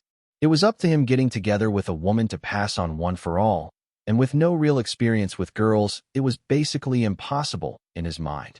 It just had to evolve to be like this. Why my luck is so weird sometimes, thought the boy. Sighing once again, Recovery Girl texted Nizu the results, and had in return got another text from the rat that made her grow a tick mark on her forehead. F that rat. The hell is he thinking? Turning to the three in the room, the old heroine spoke. Okay. With the test finished, you all can go home. And Toshinori, your next appointment with me is tomorrow after the announcement Nizu is having, so don't forget. Toshinori gave an affirmative and got up along with Izuku and Inko before walking out of the hospital room. They walked for a bit until coming to the teachers and principal. They couldn't help but notice the smile on Nizu's face was bigger than usual, but just left that can of worms be. They all exited the hospital and drove off towards UA, confusing Izuku and Inko. I'm sorry for asking, but wouldn't it be best for Izuku and I to go home until the announcement tomorrow? Asked Inko with a slightly confused expression. Nizu just smiled before responding. Usually I would agree with you, but with your son's relationship with Yagi-san revealed, we at UA don't believe it is safe at your home, and instead are having you moved into the dorms of UA. Izuku and Inko became surprised at this, and replied in unison, dorms? Nizu smiled more. Yes, an idea I had since the USJ incident actually, and the attack at the camp just sped it up to the point the dorms have all been made already, and we were going to announce them soon. But now we will announce it along with Izuku and Toshinori's connection. Inko looked deep in thought for a few moments until she looked up towards the principal. Then what is going to happen to me once this all blows over? Will I need to quit my job to stay protected? The principal's smile faded after hearing this. I'm afraid you will have to quit your occupational and will be staying with us even after this blows over for your safety. And I actually want to give you an offer to be part of the staff at UA and help Recovery Girl as the school's second nurse. Inko went wide-eyed in surprise before stuttering, but I can't take such generosity. It doesn't seem right for me to have such special treatment. Aizawa groaned hearing this. He looked at the green-haired woman through the rear-view mirror. Ma'am, if it helps, this would be helping your son in the long run, just knowing that you're safe. And if that's not enough to convince you, then you could get to know the girls he's close to as our second nurse. I'm in, said Inko immediately after hearing the last part, causing Izuku to become embarrassed again. However, Izuku didn't have a real complaint and actually felt relieved that his mother would be safe and around heroes 24/7. And with her safe, he could start thinking about more serious things. For instance, he had to deal with the press tomorrow, and that was going to be horrible since all the PR classes they had with Midnight so far had been a bust for him. He would always get nervous and worry about saying or doing the wrong things. But when thinking on this, he remembered his mother's words once again and thought, don't let self-doubt get you down, and remember that the part that makes you super isn't you, Quirk, but your heart. I can't back down like that anymore. I faced the #1 villain without fear, and yet a few reporters scare me. Yeah, that's going to have to change. I've faced much scarier things before in my life so far, and this shouldn't be too hard.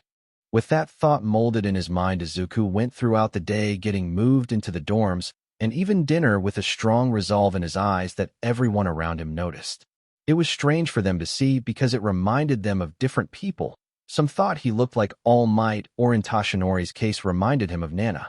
His utter resolve made them all rest easy strangely enough.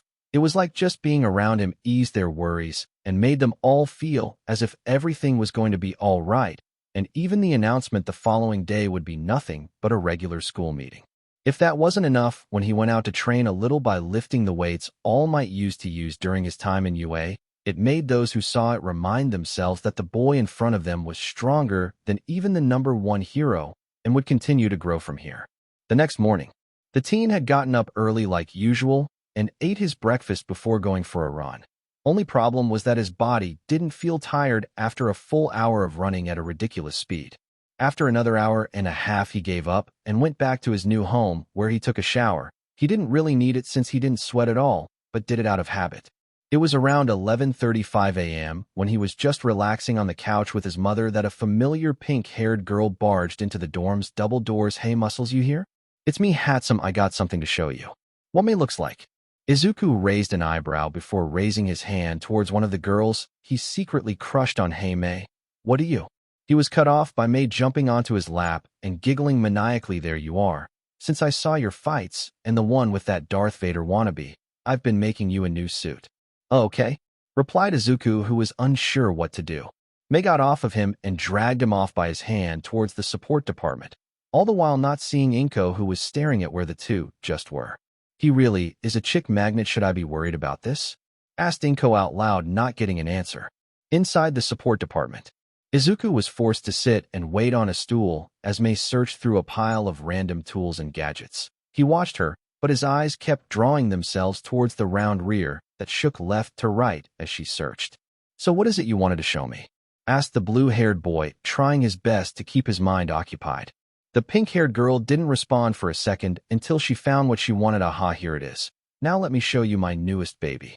Izuku looked at the briefcase before looking up into her crosshair eyes. The pink-haired girl opened it up, showing the same symbol that was on the shirt he wore during his fight with All for One. "The same symbol from my fight?" he asked, still looking upon it. "Yup. I saw you and thought it looked good with all the blue and the red boots. And when I heard you were the direct student of All Might, I just couldn't help myself in making this," explained the girl as she puffed her chest out. The 9th user took the contents inside the briefcase and took it out, looking at it in all its glory. The costume was mainly blue with red boots, a red belt, and a red cape with the symbol on the chest. In Izuku's opinion, it looked great and reminded himself of some of All Might's younger years and some of his more comic books type costumes that weren't really popular, but Izuku liked them more than some of the older ones his mentor wore. Turning to May, he could see her drooling with anticipation. Not wanting to let her down, he used his super speed to change, and in an instant was wearing the hero costume. It showed off his muscles a bit more than he wanted, but it was super comfortable, and from the way May looked at him, he could tell girls would like it a lot more than he was comfortable with. "May, you all right?" he asked with a slight blush. May Hatsum, the exuberant girl she was, did the unthinkable. She had launched herself at the boy and wrapped her arms and legs around his torso, and the only thing that kept him from falling over was his super strength. "You look awesome," exclaimed the girl loudly as she looked up from where her face was pressed against his chest. Izuku could just chuckle at her. "Yeah, you did a pretty good job, but why make me a new suit when I already have my green one?" May rolled her eyes hearing this, because that thing was too small from how much you've grown. And besides, if you're All Might's successor, then you're going to need to at least have a little homage to him, and that thing looks tacky compared to my baby.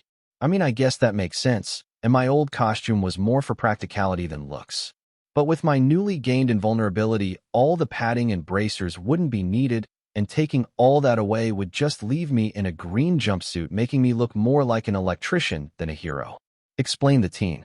May just nodded her head. "Yup. And with this suit, you could easily wear it under your clothes like in the comics. No need to go home and change when you got it on you already.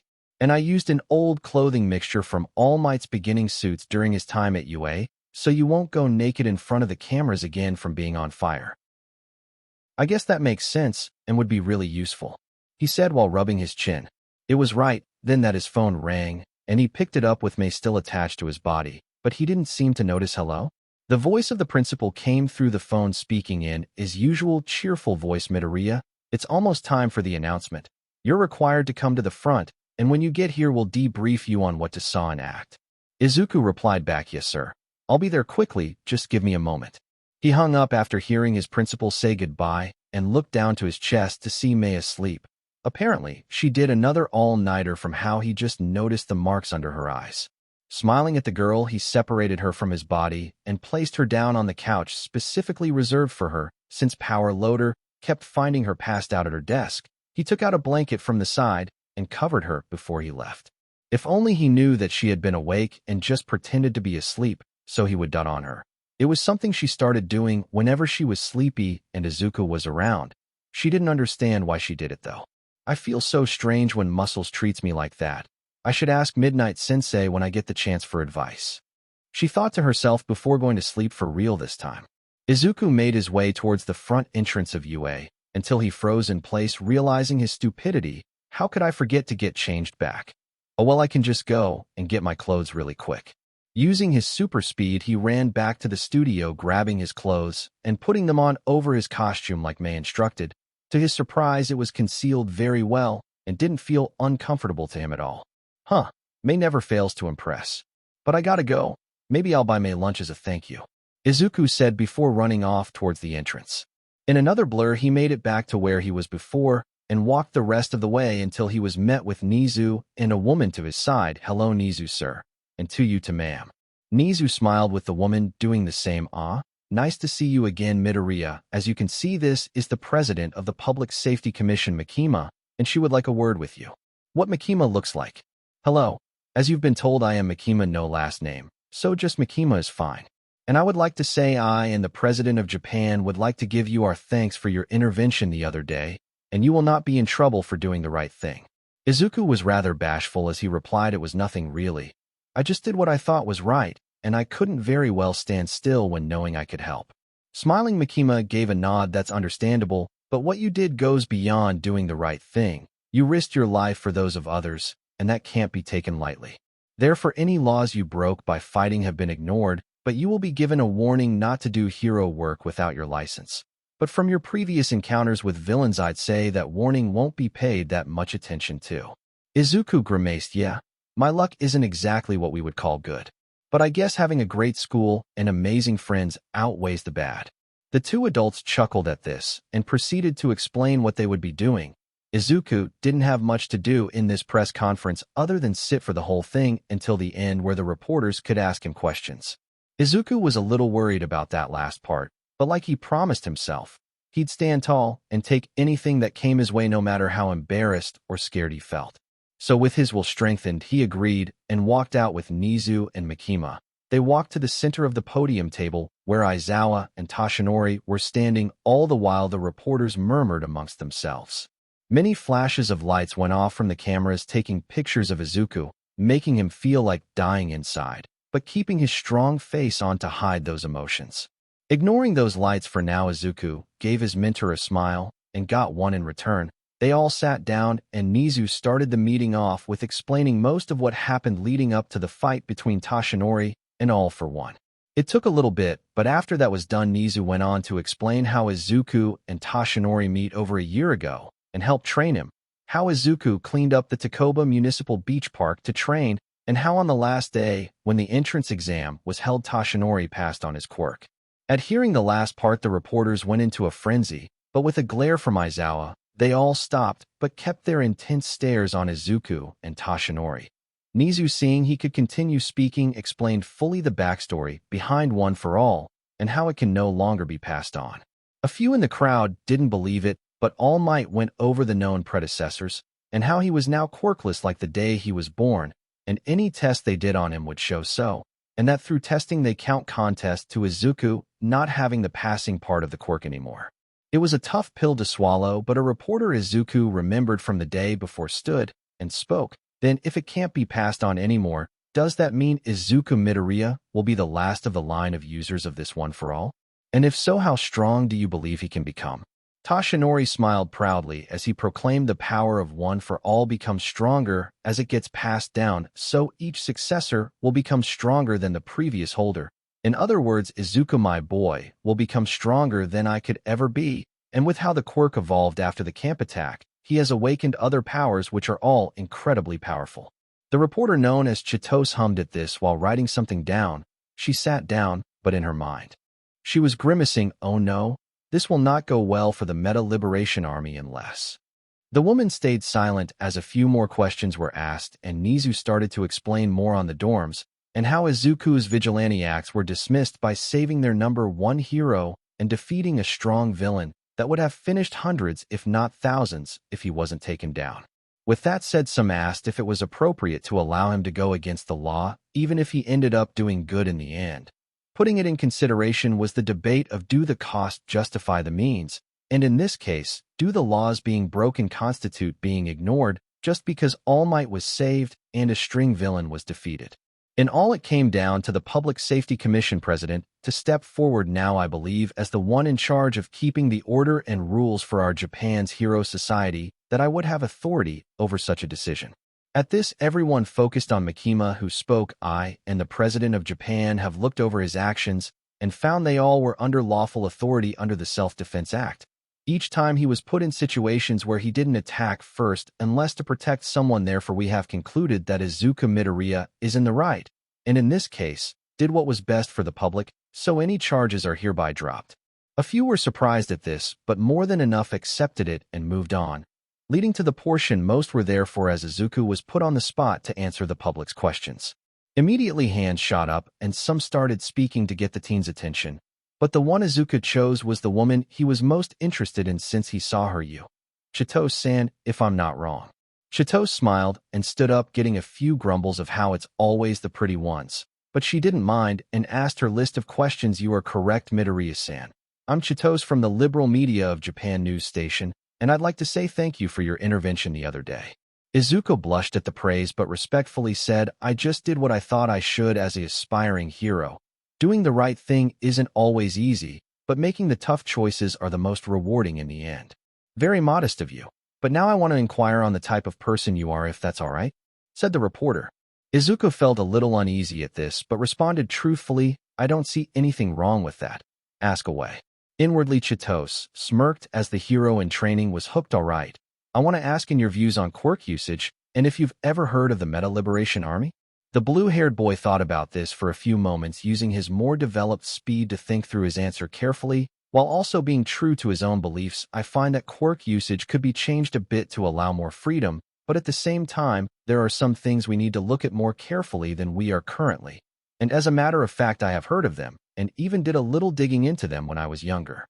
Chitose was surprised to hear this along with the others, but Chitose smelt crimson fluid in the water and struck, "And what exactly do you mean by some of that?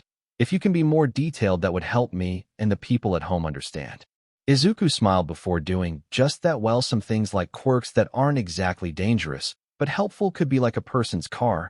Now stay with me in this. But I personally believe if someone can use their quirk that isn't dangerous and wants to do just that, then they should be able to, but also be held accountable for themselves."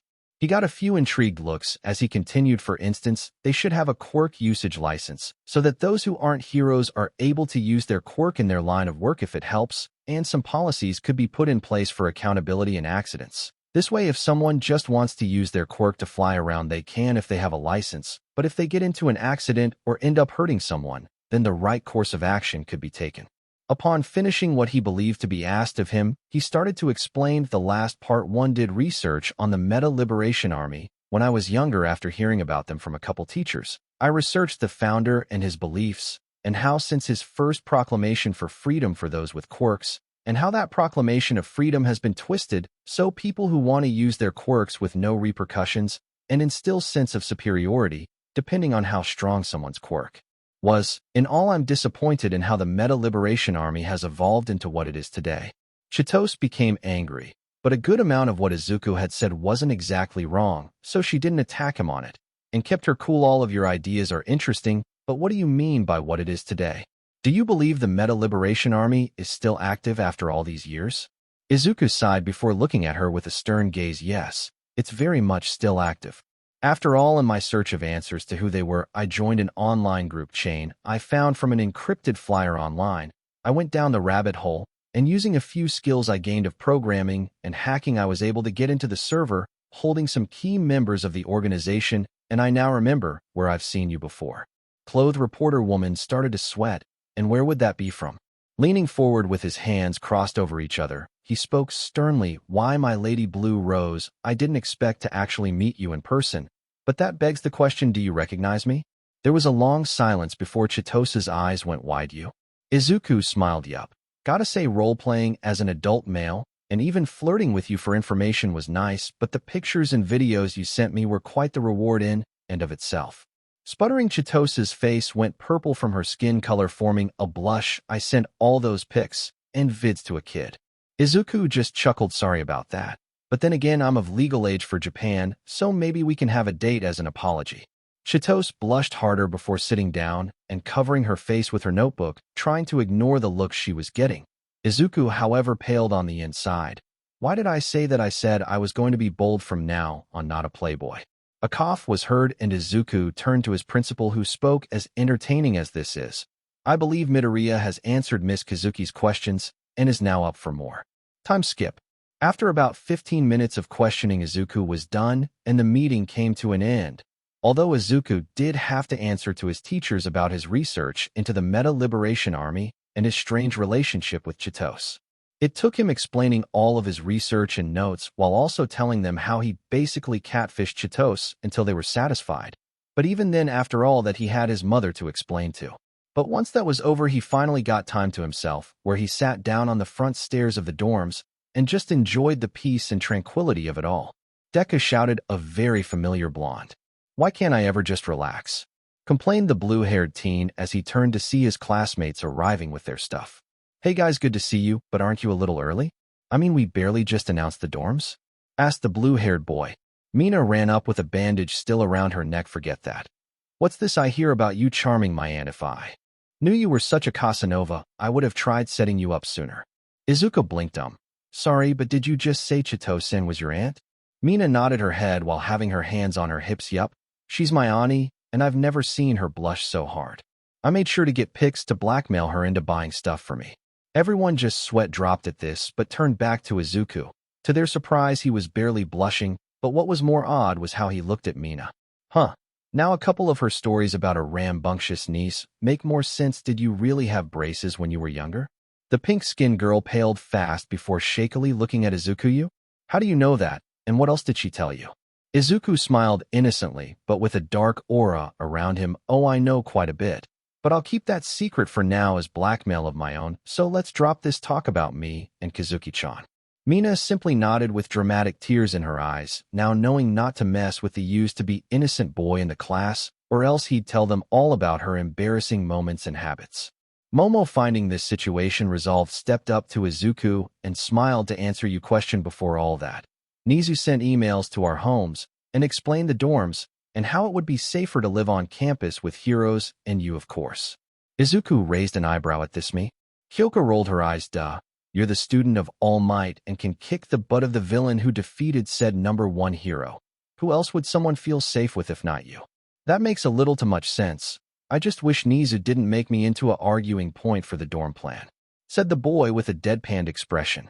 Bakugo just scoffed, quit getting but hurt, and help us move in, you tall F. Izuku turned and gasped, did the Katsuki Bakugo just ask me for help? Are you an alien or something that took Bakugo's place?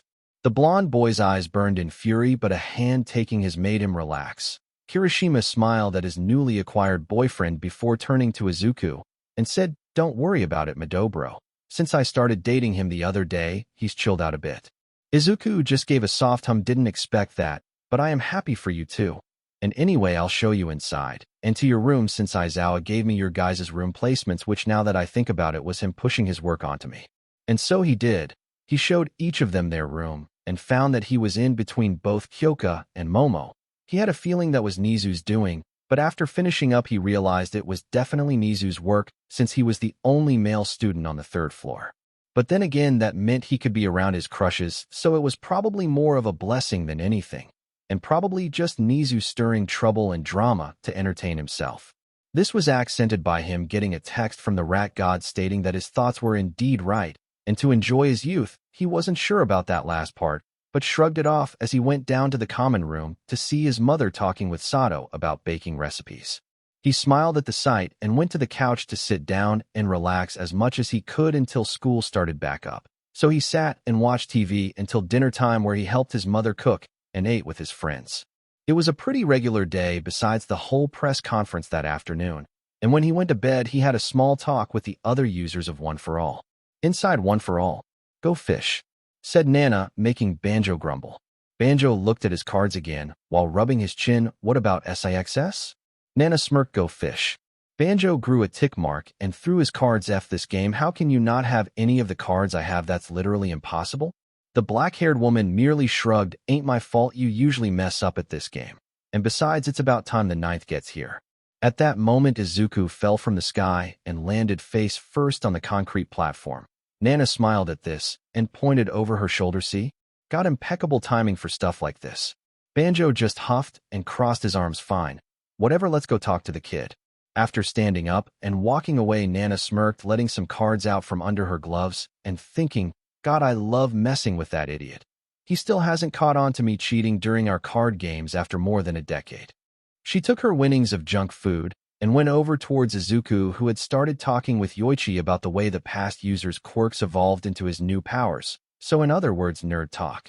After a bit of waiting for them to finish talking, which was a while, Nana cleared her throat to gain their attention, which worked as both hero nerds turned to her. Nana rolled her eyes at how similar both were and spoke. "So, it comes to my attention you're copying my cape knife." Izuku blushed at this. "No, I'm not. I didn't even choose for May to put a cape on my costume." Nana giggled at him before stopping him from getting more embarrassed. "It's fine, kid. I know it wasn't your choice. I'm just pulling your leg. But anyway, how about we get to training? We didn't exactly get to teach you everything due to how little time we had." The ninth stopped blushing and became serious. "Yes, Nana-sensei. I'm ready."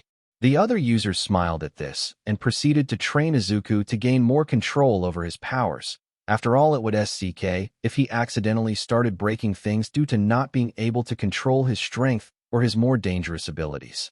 And that's how the rest of the night went, with Izuku gaining more control and finding new tricks to do with his quirks, like his heat vision being able to become a more focused beam or a wide wave of destruction.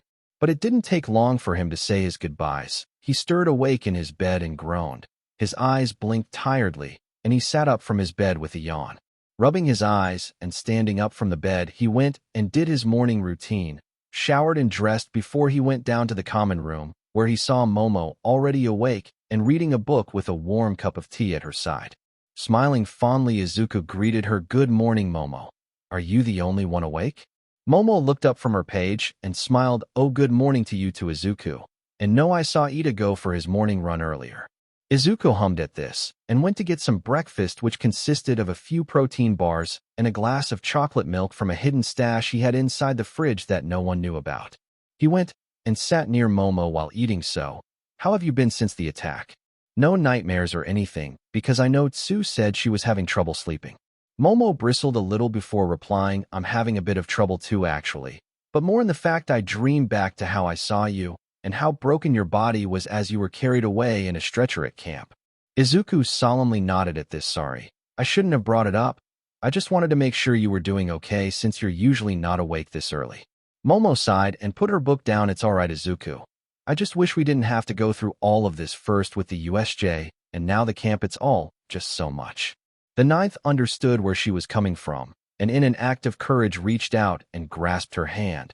It made her tense for a moment, but soon relaxed and griped his hand back. They stayed like this for a bit, but Momo wanted to feel more of the comfort Izuku was giving her, so she scooted closer to him, having their legs rub and their shoulders touch. Izuku was surprised by this, but went with it, as he too hadn't fully moved on from the camp attack and failing to save Bakugo the first time. So when her head rested on his shoulder, he did the same and put his head on top of hers absently, noting her hair smelled sorta like books. Silence reverberated around the room as they stayed like this, just enjoying the comfort the other was giving and feeling safe. Their hearts that were once saddened and burdened by the attack were finally truly able to lighten and spark with a feeling of warmth and comfort, and in an unexpected turn of events made the two lose themselves in that warmth. Lifting their heads and turning to look into each other's eyes, they slowly leaned forward until their lips connected. More sparks went off in their hearts, and the lip contact made their bodies tense. Their lips mashed together as they embraced the warmth they were feeling and letting it guide them, and passion soon followed.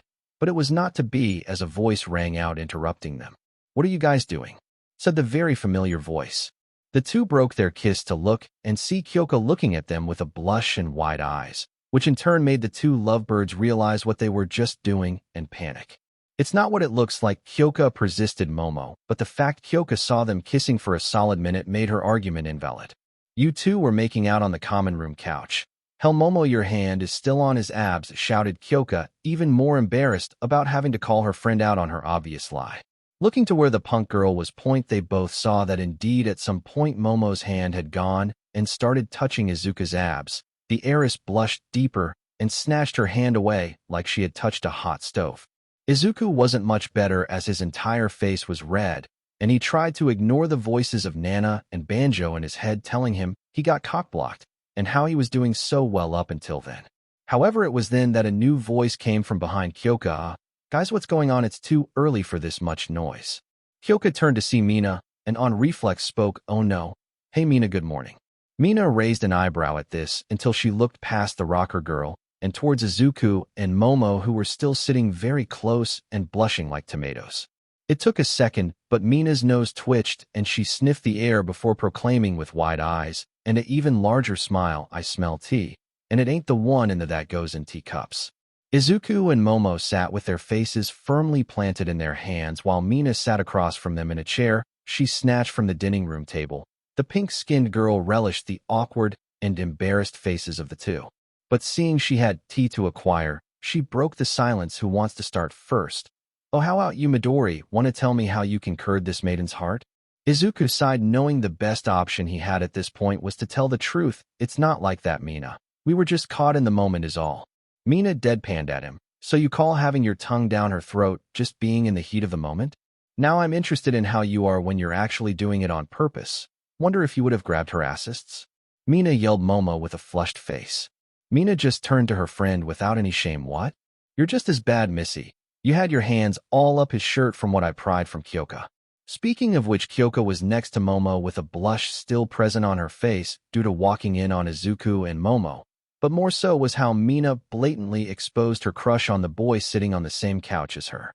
Izuku himself gave her a few looks of interest which just made the poor girl groan into her legs that were sat up and had her arms around them with her face buried in her knees. Izuku thought it was a little cute, but shook his head of those thoughts. "Mina, knock it off. We're both just confused on our feelings is all. Sure, maybe something can come from this, but until that happens, can you just give us some space to ourselves to figure out our feelings?" Izuku said, trying his best not to blush and show weakness. The pink-skinned girl looked at him for a solid minute before sighing and conceded, "Fine. But I want to know as soon as you three start dating so I can get the scoop on things." The trio blushed and exclaimed Mina. Their outburst caused the alien girl to giggle madly and stand up from her chair. "Oh, come on, I can tell there's some sort of love triangle between you three. It's only a matter of time before you guys figure it out yourselves." The three on the couch didn't say anything and watched the alien girl put the chair back while teasing them. They waited a bit longer until Mina was finished and started eating her breakfast a bit away from them. Kyoka sighed, pressing her face further into her knees. "This is the worst." Momo, seeing her beat friend upset, tried her best to comfort her. "It's okay, Kyo-chan. I mean, sure, your crush was told you liked him, but I can safely say getting caught making out is much, much worse." The dread in Momo's voice made both Izuku and Kyoka wince, but also ended up making Kyoka feel a little bit better, but not by much. "Thanks. I just sort of thought he would never find out. I definitely never planned on telling him, and having my feelings thrust into the open like that makes me feel exposed." Momo nodded sadly to this. "As someone whose hero costume makes me show a lot of skin, I can sympathize with you on some strange level, though I am curious." Kyoka lifted her head from her knees and turned to her friend. "Yeah?" The heiress cleared her throat and continued with her train of thought. "Well, I'm curious on how you ended up forming a crush on Izuku. Personality for me, it was how he acted towards me and always tried to be cheerful yet hopeful. It also didn't hurt that he didn't perv on me like most of the boys in class." Izuku smiled at this and listened to Kyoka's sigh. "All right. Yeah, those are pretty good points. But for me, it has to be his caring nature that makes it so that he doesn't think how ugly I am or how my body isn't developed. No offense, Yamamo, but I'm pretty jealous at how much of a better woman you and the rest of the girls are compared to me." Momo's happy expression faded into a sad one, and she reached over to grasp Kyoka's hand. Kyo dear, you are not ugly, and your body is your own, which means it's perfect just the way it is. Heck, I've seen Izuku check out your legs quite a few times since you've propped them up like you have them. So if that says anything, he's definitely not uninterested in your looks like you think. The blush forming on Izuku's face was enough evidence that Momo's words were true, yet Kyoka couldn't help but doubt. Izuku caught the shift in body language telling him that Kyoka was still in denial. Momo is right. I may not be a pervert like Mineta or Kaminari, but even I can see you and Momo are both highly attractive people. Sometimes I wonder if I'm in a modeling school instead of a hero school from how amazing you and all of the rest of the girls look. The two girls blushed deeply at this and gave him thanks in their own way. Momo gave him a kiss on his cheek, and Kyoka smiled brightly and verbally thanked him since she was too shy to do what Momo did. The three stayed like this for a bit, talking about their feelings and progressed to other topics as time passed by. Soon enough, everyone had gone downstairs for breakfast, and their day officially started. Not a lot happened since they were all on break, so a few days came and went in a flash. That was until Tashinori Yagi, also known as All Might, texted Izuku around 10 a.m. on a Tuesday. Intrigued, Izuku opened the text and read it. Young Midoriya, it's been a bit since we've last talked. I'm still super proud of you and am currently reaching out to invite you and anyone who wants to join you to go on a trip to Island. Now, usually I would have gone myself and invited you along, but due to Recovery Girl's orders, I am to stay on UA campus until she gives me the go-ahead. That being said, I hope this helps you relax and is a fun trip for you. Also, if you can please say hi to my old friend David Shield and his daughter Melissa while you're there, that would be lovely. After thinking of how to reply, Izuku replied, thanks All Might Sensei. I appreciate it and look forward to going. Is it alright if I bring 2 or more people with me? And I'll make sure to say hello for you. After waiting a bit, he got a reply saying he could bring up to 3 people with him since the plane wasn't going to be too large. Izuku replied it was fine and now was thinking of who to bring with him. Obviously, he would bring Momo and Kyoka since he and them had been bonding the last couple days and have gotten pretty close with each other. But the real question was who to bring as a third. It didn't take long for the universe to answer his question for him as a mop of pink hair burst through his door and yelled, muscles, you have room for little old me, right? Izuku looked at Mei Hatsum in utter confusion before saying his thoughts aloud. Mei, how did you know I was going to Island? Mei rolled her eyes and waved her hand dismissively. Oh, that's simple. I have your phone bugged and a tracker implanted into it. But forget that. You got room for me to go or not? On principle, he almost told her no. But how could he say no to those puppy eyes she was giving him? Fine. You can come, but I still have to ask Momo and Kyoka if they want to join me, so get your stuff packed for when we have to go. Mei smiled brightly before hugging the tall blue-haired boy and running off shouted over her shoulder, thanks muscles, see ya when it's time to leave. Izuku just stood there a second before replying back in small voice, you're welcome. I'm starting to think I will regret that choice in the future. Shaking his head at his weak will to say no to beautiful woman, he walked out of his room and towards Momo's room. It was a little later that he knocked and was allowed in with a soft come in. Once inside the room, he saw Momo and Kyoka on the rich girl's oversized bed lounging about scrolling through Netflix. On seeing him, Momo sat up and waved, hey Izuku, is there something you need, or do you want to hang out with us? Izuku smiled at the two and answered, yeah. All Might gave me the opportunity to go to Island in his place, and I was wondering if you two would like to join me? Momo smiled widely and hopped out of bed and tackled Izuku in a hug. I'd love to. The blue-haired boy chuckled at the heiress and turned to Kyoka, and you rockstar? Kyoka blushed at the nickname, but nodded sure. It would be cool getting out of the dorms since it's starting to become dull since we're not allowed to leave campus. Izuku and Momo nodded to this. For all that the dorms were set up to be, they soon realized after moving in that it was quite boring once you get in the routine of doing the same stuff over and over. So with getting his answers, he took out his phone and texted All Might that he was being Momo, Kyoka, and Mei along with him. Momo, who was still in his arms, looked at the phone and raised an eyebrow. Hatsum is coming with us? Izuku turned to her after sending the text, yup, apparently she bugged my phone and put a tracker in it. I'm still not sure how to feel about it, but a part of me is grateful she could find me if I ever get into trouble. Momo immediately added to this, but on the other hand, she can see your text, phone calls, and probably your photos and search history, right?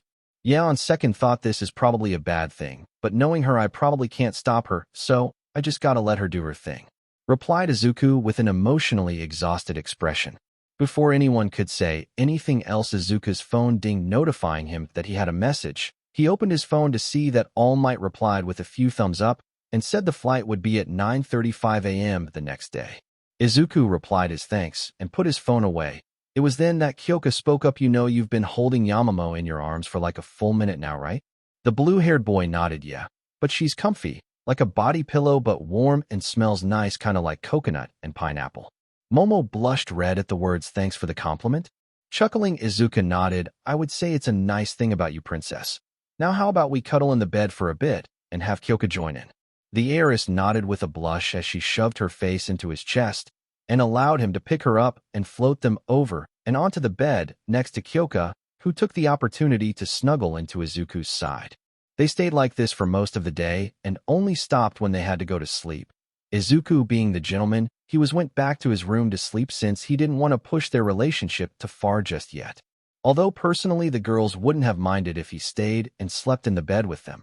Yet then again, if Izuku's mom, who just so happened to be the dorm manager, found them together, then that would have been bad, so they understood where he was coming from. The next day, Izuku woke up around 7:38 a.m. and went through his morning routine. He had gotten showered and dressed before heading downstairs to see that his mother had made him and his friend some breakfast. Izuku, good morning.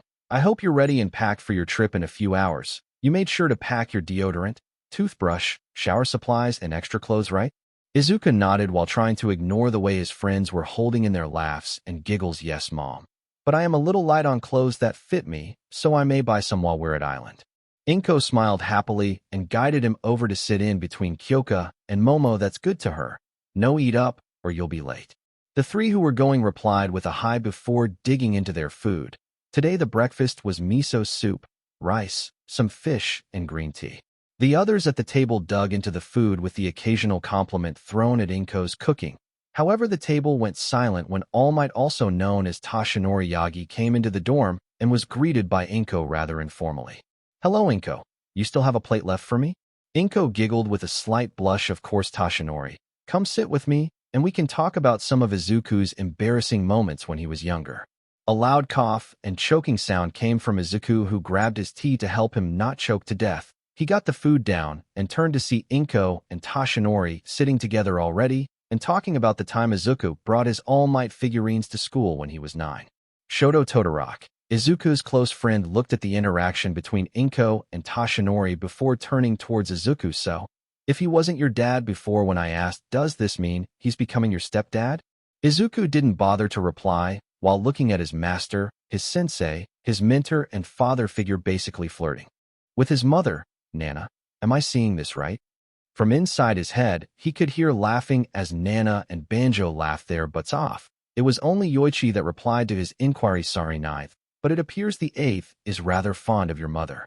Izuku paled further before fainting and slamming his face onto the table, this indirectly gaining the attention of Inko, who sat up and shouted worriedly, Izuku. A little bit later, our protagonist walked to the plane on the tarmac with dead eyes and left eye twitching from hearing Kyoka giggling every few minutes. She had been poking fun at him the last hour or two for fainting at finding out All Might was interested in his mother.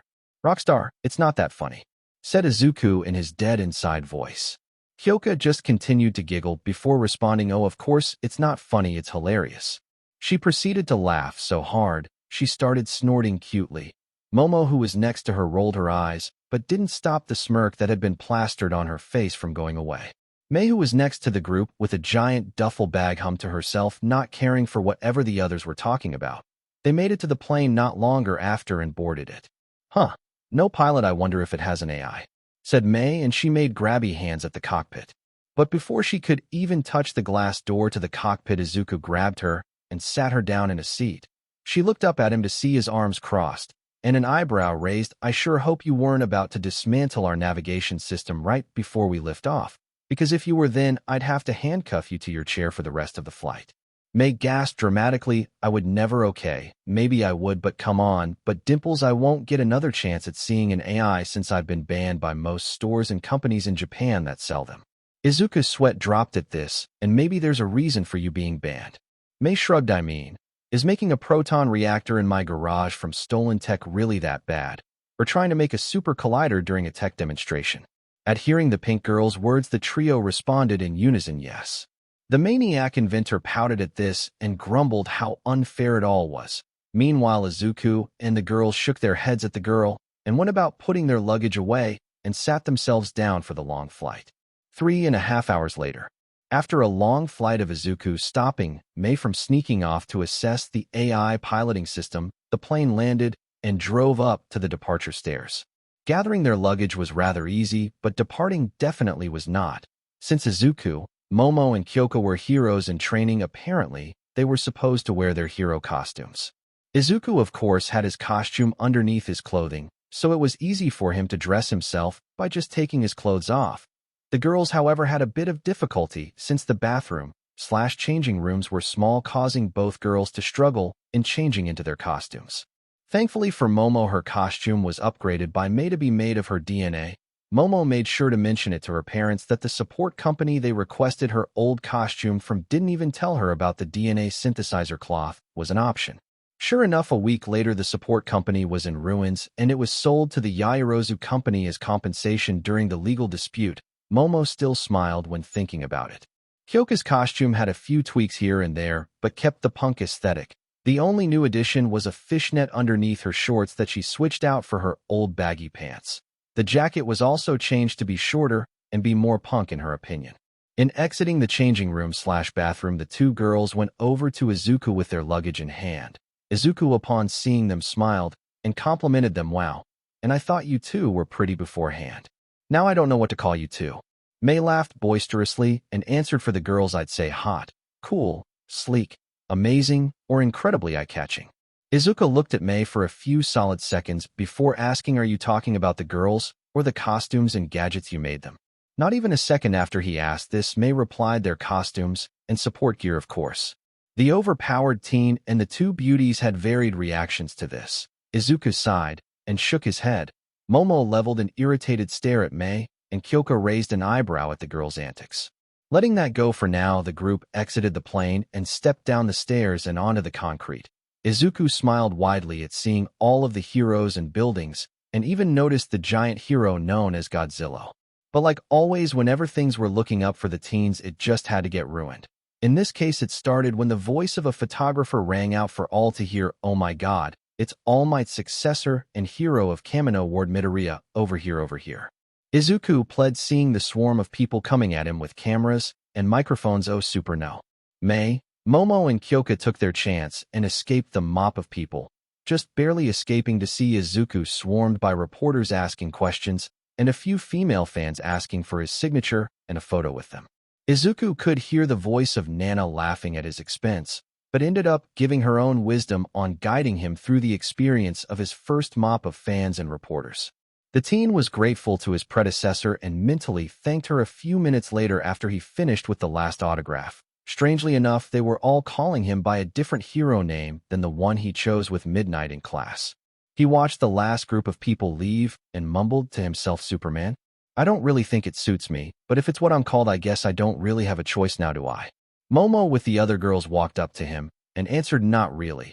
Apparently the S I put on your shirt during your fight with that villain has caused people to think it's related to your hero name since it hasn't been released publicly.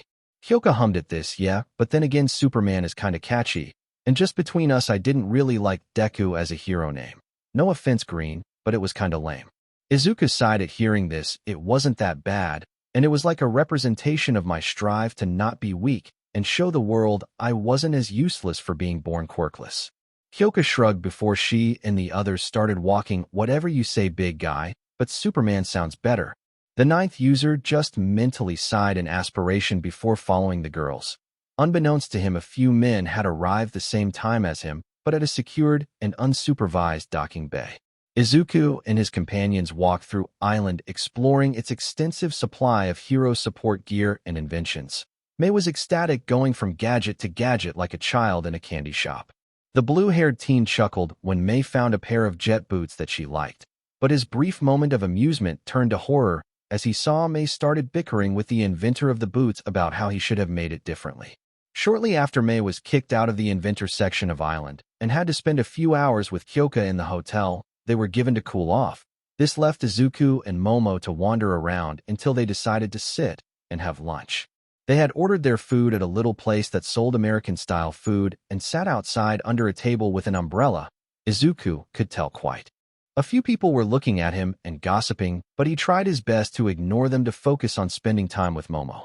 "So have you had fun on our chaotic trip so far?" he asked the heiress. Momo smiled sweetly before leaning forward and resting her chin on her palm. "Yes. Even with Mei's unfortunate outburst earlier, I have had fun." Izuku smiled back at her. "That's good to hear. Have you gotten used to your new costume yet?" The heiress hummed and nodded yes. "It's better than that leotard I wore, and the fact it's more armored than that cloth used in my old costume is definitely a plus." "Speaking of costumes, when did you get this new one? I haven't seen you in it until now." The ninth user of One for All shrugged and took a sip from his root beer. "Mei made it a while back, a little after my fight with All for One. Apparently, she really dug the design of the mostly blue and red with the addition of the symbol you put on my shirt." Momo blushed at the slight praise. "Well, I'm glad she liked it enough to keep it as part of your costume. I'm rather flattered, actually." Izuku gave a cheeky smile to this. "Oh? I'm glad you feel that way, Momo." He paused for a second before forming a small blush of his own. "So have you and Kyoka come to an idea on what our relationship is?"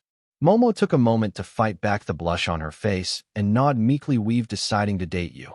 Only if that's all right, of course, since we know you're busy and have a lot on your shoulders, Aura." She was cut off as Izuku interlocked his hand with hers, and speaking in a soft, comforting tone, "I understand.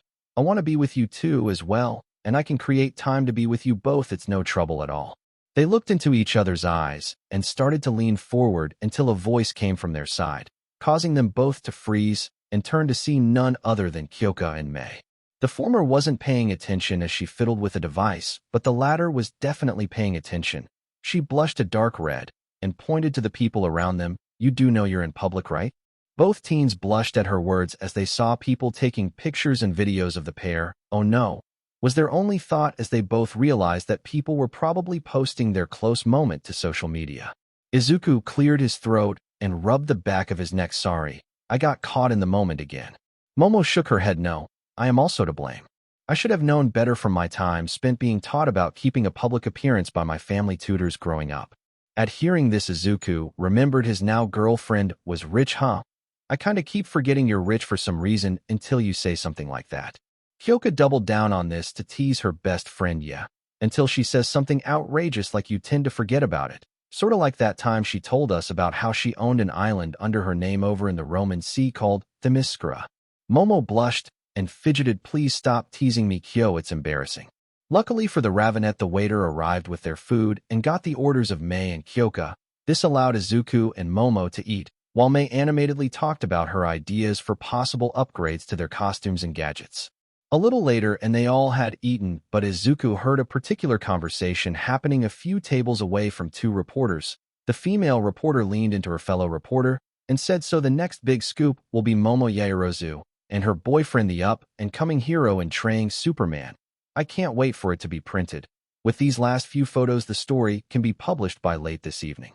The only thing Izuku could think was, "That's not good, is it?" The voice of Nana answered this in a smuggish tone. "Nope. But then again, just wait until they find out you're pinning after more than one girl. Now that will be fun to see." Izuku face-bombed and half-heartedly thought of using his heat vision on the camera the male reporter was carrying. However, he knew that would just make it worse, so he let it be. The group departed the restaurant after Kyoka and Mei ate and walked around to the clothing section of the island. And while they walked, they bumped into a special someone. Izuku walked in the front of the group while he talked to Kyoka about her favorite bands like Red Hot Chili Peppers and more. That conversation, however, was cut short as he walked right to someone scattering their belongings onto the ground. "I'm so sorry, I didn't see you there." Izuku immediately apologized as he leaned forward to lend the person a hand. The person was a blonde young woman, probably a year or two older than Izuku and his friends, with glasses. "No, I should have been more careful while carrying my supplies." She took his hand and stood up and finally got a look at who she bumped into. And in seconds her cheeks burst into a blush and she stammered, "Your Uncle Might's successor." Izuku blinked in confusion before his mind clicked the pieces together. "Oh, you must be Melissa's shield. All Might Sensei told me to say hi to you and your dad for him while I was here. Seems I didn't need to try looking for you like I originally thought." "What Melissa's shield looks like?" Melissa blushed more at this and twiddled her thumbs together in a way that Izuku found cute. Yeah, it seems so. He watched as Melissa tucked a strand of hair behind her ear and couldn't help but notice how pretty she was. Well, until he felt a push to his side, and when he turned he was met by Momo and Kyoka pouting at him. It was super cute, but he didn't let that distract him as he comforted his newly made girlfriends. This is pretty much All Might's niece Melissa Shield and daughter of All Might's old partner David Shield. Tashinori-sensei told me to tell them hi for him while we were here. Kyoka looked the girl up and down before comparing the girl's physical properties to Momo. She found Momo was taller and had a bigger bust while Melissa had wider hips. Giving a hum to her observations, she noted the blush on the blonde's face and mentally sighed, great, another one. What is this, the fifth or sixth girl so far? Let's see, there's me, Momo, Uraraka, Toru, Sue. I'm pretty sure May, and now this one. Does he have a secret attraction quirk or something? She got knocked out of her thoughts by Momo nudging her. Looking around, she saw the others were looking at her, making the purplet shrug and ask, what? Do I have something on my face? Momo, with red cheeks, cleared her throat and answered no. But you did just put the girls that have a crush on Izuku, including yourself. Kyoka froze in silence for a solid couple of seconds before breaking it. Oh well, it's not like what I said wasn't true, so I don't see any reason to defend my reasoning, and we're both dating him, so it's fine. This was when Izuku cleared his throat to get the group's attention and hopefully change subjects, so maybe we should move this elsewhere. People are beginning to stare. The others looked around to see other people pointing or whispering to each other as they gestured towards them. This caused them all to scurry off into a store they had wanted to enter and huffed in relief to see no one taking any real notice of them. Melissa let the tension in her shoulders give way and relaxed. She turned towards Izuku and the girls before greeting them again as Midoriya said, my name is Melissa Sherelf, and it's a pleasure to meet you all. Momo, Kyoka, and Mei greeted the girl back, while Izuku gave a happy nod at the non-aggressive greeting the girls gave the blonde and started to speak up. Sorry to drag you into such a bizarre situation with those people looking at us like that. I can see you were going somewhere with those supplies, so why don't I join you while the girls do their shopping? Melissa blushed and turned to Momo and Kyoka, who looked at her inquisitively. I don't mind, but what about your girlfriends? Won't it be bad to leave them to go off with another girl you just met? Izuku hummed at this before turning to the girls. I'll let you choose what I wear to the party tonight, if you let me go with Melissa. I actually really wanted to speak with her father and greet him in person, but I don't have to if you girls don't want me to. Momo and Kyoka beamed at deciding his clothes for tonight. But Mei, for some reason, was a little harder to convince, causing Izuku to think of something on the spot. Mei, I can also get my hands on an AI for you to tinker with when we get back to UA, if that works for you. The pink-haired girl grinned in victory. You got yourself a deal, but make no mistake. She got extremely serious and radiated a powerful aura. If I don't get my AI, you'll be wearing nothing but a Speedo for the rest of your time at UA. Izuku paled to a new shade of white before stuttering out a response, of course. His affirmation caused Mei to relax and pat his shoulder. Good. Now get along before I ask for more. In a literal blur, Izuku ran out, taking Melissa along with him, leaving the three girls to their devices. Kyoka looked between the two and asked, so, what are we going to make him wear? Momo perked up at the question and ran to the more expensive part of the store, dragging the two along with her. I have just the right idea for what would suit him. Mei glanced at Kyoka. Does she know she just made a pun? Kyoka shook her head in the negative. Nope, but she's too focused to care, so just leave it be. With Izuku and Melissa, the pair had gone to Melissa's lab to deposit her belongings before heading to see her father. In that time, Melissa showed him what she called the full gauntlet and explained its inner workings. From Izuku's time hanging around Mei, he understood a fair bit of what she explained, but when she went into detail on the purpose of gauntlet, he was surprised. You mean, this was made for All Might Sensei? He looked down at the gauntlet fully deployed on his hand and forearm before turning back to Melissa. Pretty much. But now I guess it's a little redundant since he's retired and you've gained full control over your strength. Izuku grimaced at this and made the gauntlet retract into the band it was originally in. Sorry. Why are you apologizing? Isn't not breaking your bones a good thing? Melissa asked incredulously. Well, you're not wrong. I just feels bad that it can't be used for its old purpose anymore. Instead, the only real purpose I can see for it would be to upgrade my suit to something more durable than Sensei Might's costume or my own. The blue-haired boy explained. At hearing this, Melissa nodded in understanding. That does make sense. but I still don't think it's more durable than my father's suits for Uncle Might. However, I do see your point. As they talked further, they came to their destination, which was David's lab, also causing Izuku to internally fanboy at the idea of meeting the man who made his mentor's support equipment over the years. Melissa took out a keycard and swiped it through the door scanner and made it blink green, allowing her to open the door for Izuku and herself. Taking a few steps inside, she saw her father speaking to his colleague. "Papa, look who I came across today," she called out. David turned to his daughter with a smile before going wide-eyed at seeing Izuku. Turning back to his colleague, he apologized for their talk being cut short, but agreed to speak with him later. Izuku heard that the colleague's name was Samuel and hummed in thought as the man walked past him. But he refocused on David, who now stood in front of him, and introduced himself. "Nice to meet you, Midoriya. I see you've already met my daughter Melissa." Izuku greeted back with a handshake. "It's nice to meet you too, Shield-san. And yes, we met a little bit ago," and told her Tashinori-sensei said hi. "Speaking of which, Tashinori wanted me to say hi to you as well while I was here in his place." David smiled at this and returned the handshake, and afterwards waved his arm dismissively. "That's fine. It's good to hear from him and to see my little girl making friends."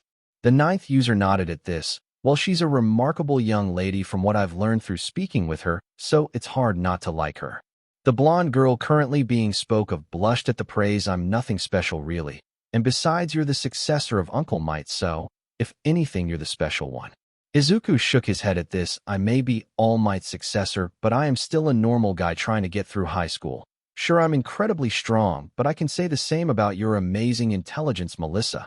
You're a one-of-a-kind, just like May and your father, so don't doubt yourself like that." At this, Melissa twirled a piece of her long blonde hair with an embarrassed and appreciative blush on her cheeks. "Thank you, Izuku." The blue-haired young man simply smiled back and rested his fist on his hips. Unconsciously, "You're welcome, Melissa. Now, I'm pretty sure you wanted to speak to your father about improving on your full gauntlet to somehow incorporate it into a suit for me."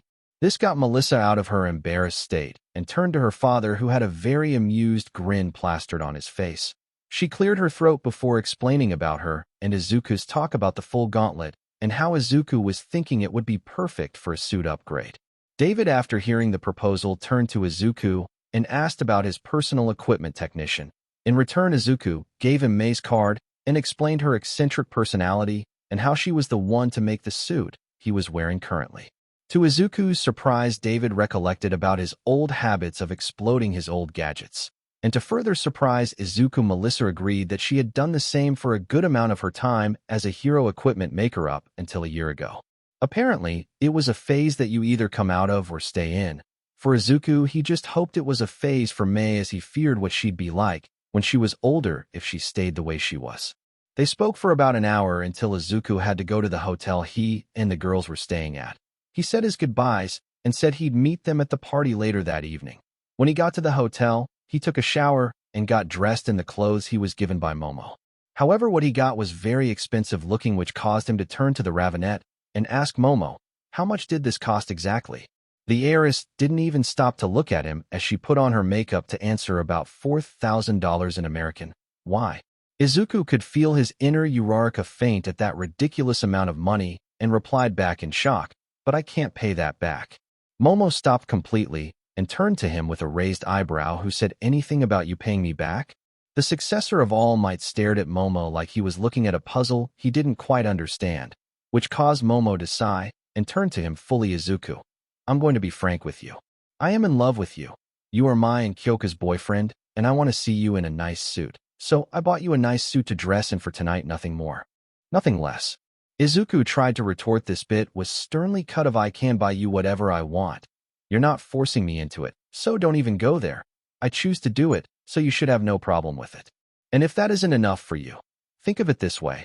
My family has so much money we literally don't know what else to do with it aside from what we already do, like charities and funding research, so sometimes we just want to spend it on something, and right now is one of those times." The others in the room looked at her for a solid second before Kyoka broke the silence. "Yeah. Remember how I said you're sometimes clueless to flaunting your wealth? Well, you just did it again." At hearing her best friend's words, Momo blushed again and turned back to the mirror to continue applying her makeup. "Well, I can't deny who I am now, can I? Besides, it's not like I'm flaunting it on purpose, so it's not actually a problem."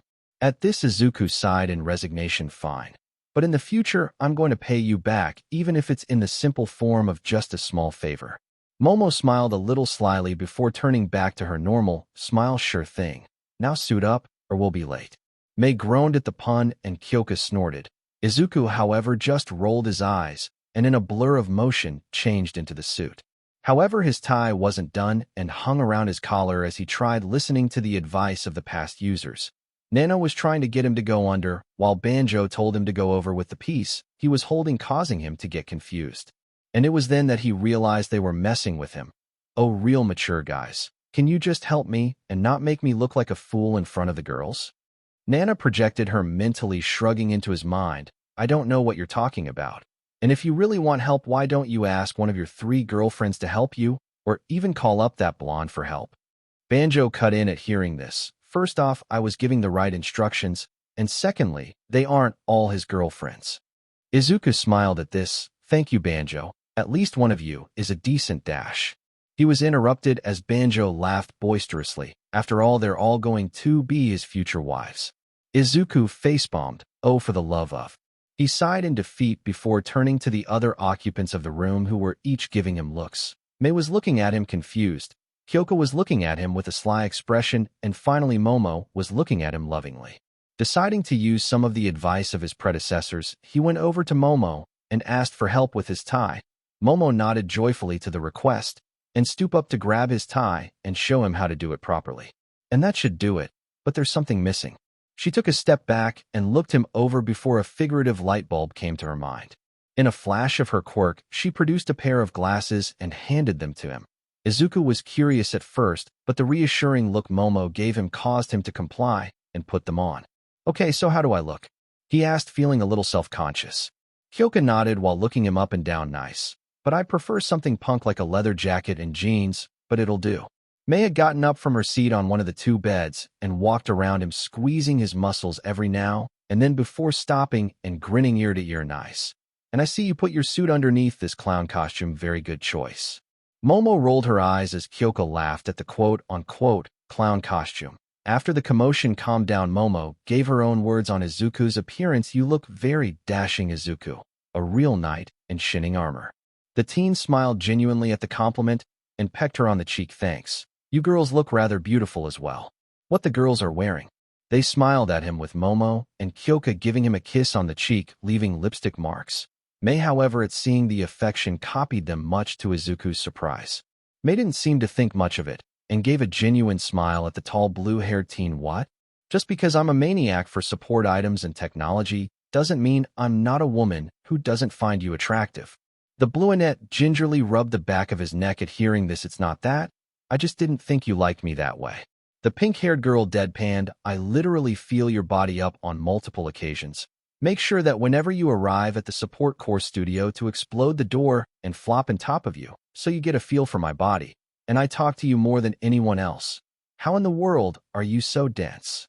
Izuku didn't have a response to this as all the puzzle pieces clicked in place. Mei Hatsum liked him and hadn't been as eccentric as he first thought, and purposely showed him physical affection. God, he really was dense.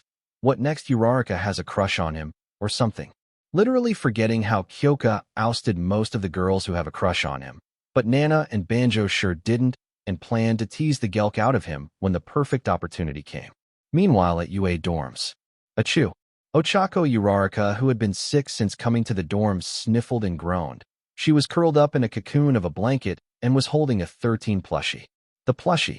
She sniffled one more time before speaking her mind in a nasally voice. I miss Deku-kun.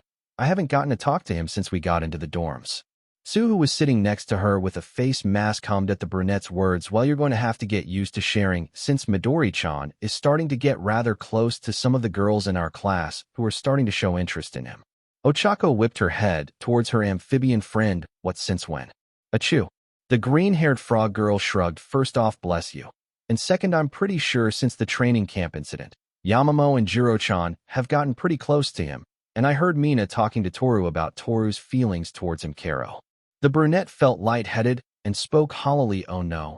I need to step my game up or Deku-kun will be taken away from me before I even get my chance with him. Sue quirked her head at this. From what I heard, you may still have a chance even if he starts dating. In a flash, Ochako grabbed her friend's shoulders, brought her close, and spoke in a no-nonsense tone. Explain. Well, I heard that Izuku seems to be falling for both Yamamo and Jiro-chan, and neither of them seem to be fighting each other about it, so they may become a polyamorous relationship soon. Karo. Ochako blinked in confusion. Polyamory? Sue croaked in amusement. Polyamory, or a polyamorous relationship, is where the participants are in love with not one singular person, but multiple in the relationship. For instance, Jiro can be in love with Midori-chan, but also Yamamo, and the same could be said for the other two. The gravity-defying girl's jaw dropped, and her world was flipped upside down, and she couldn't help but think that sounds hot.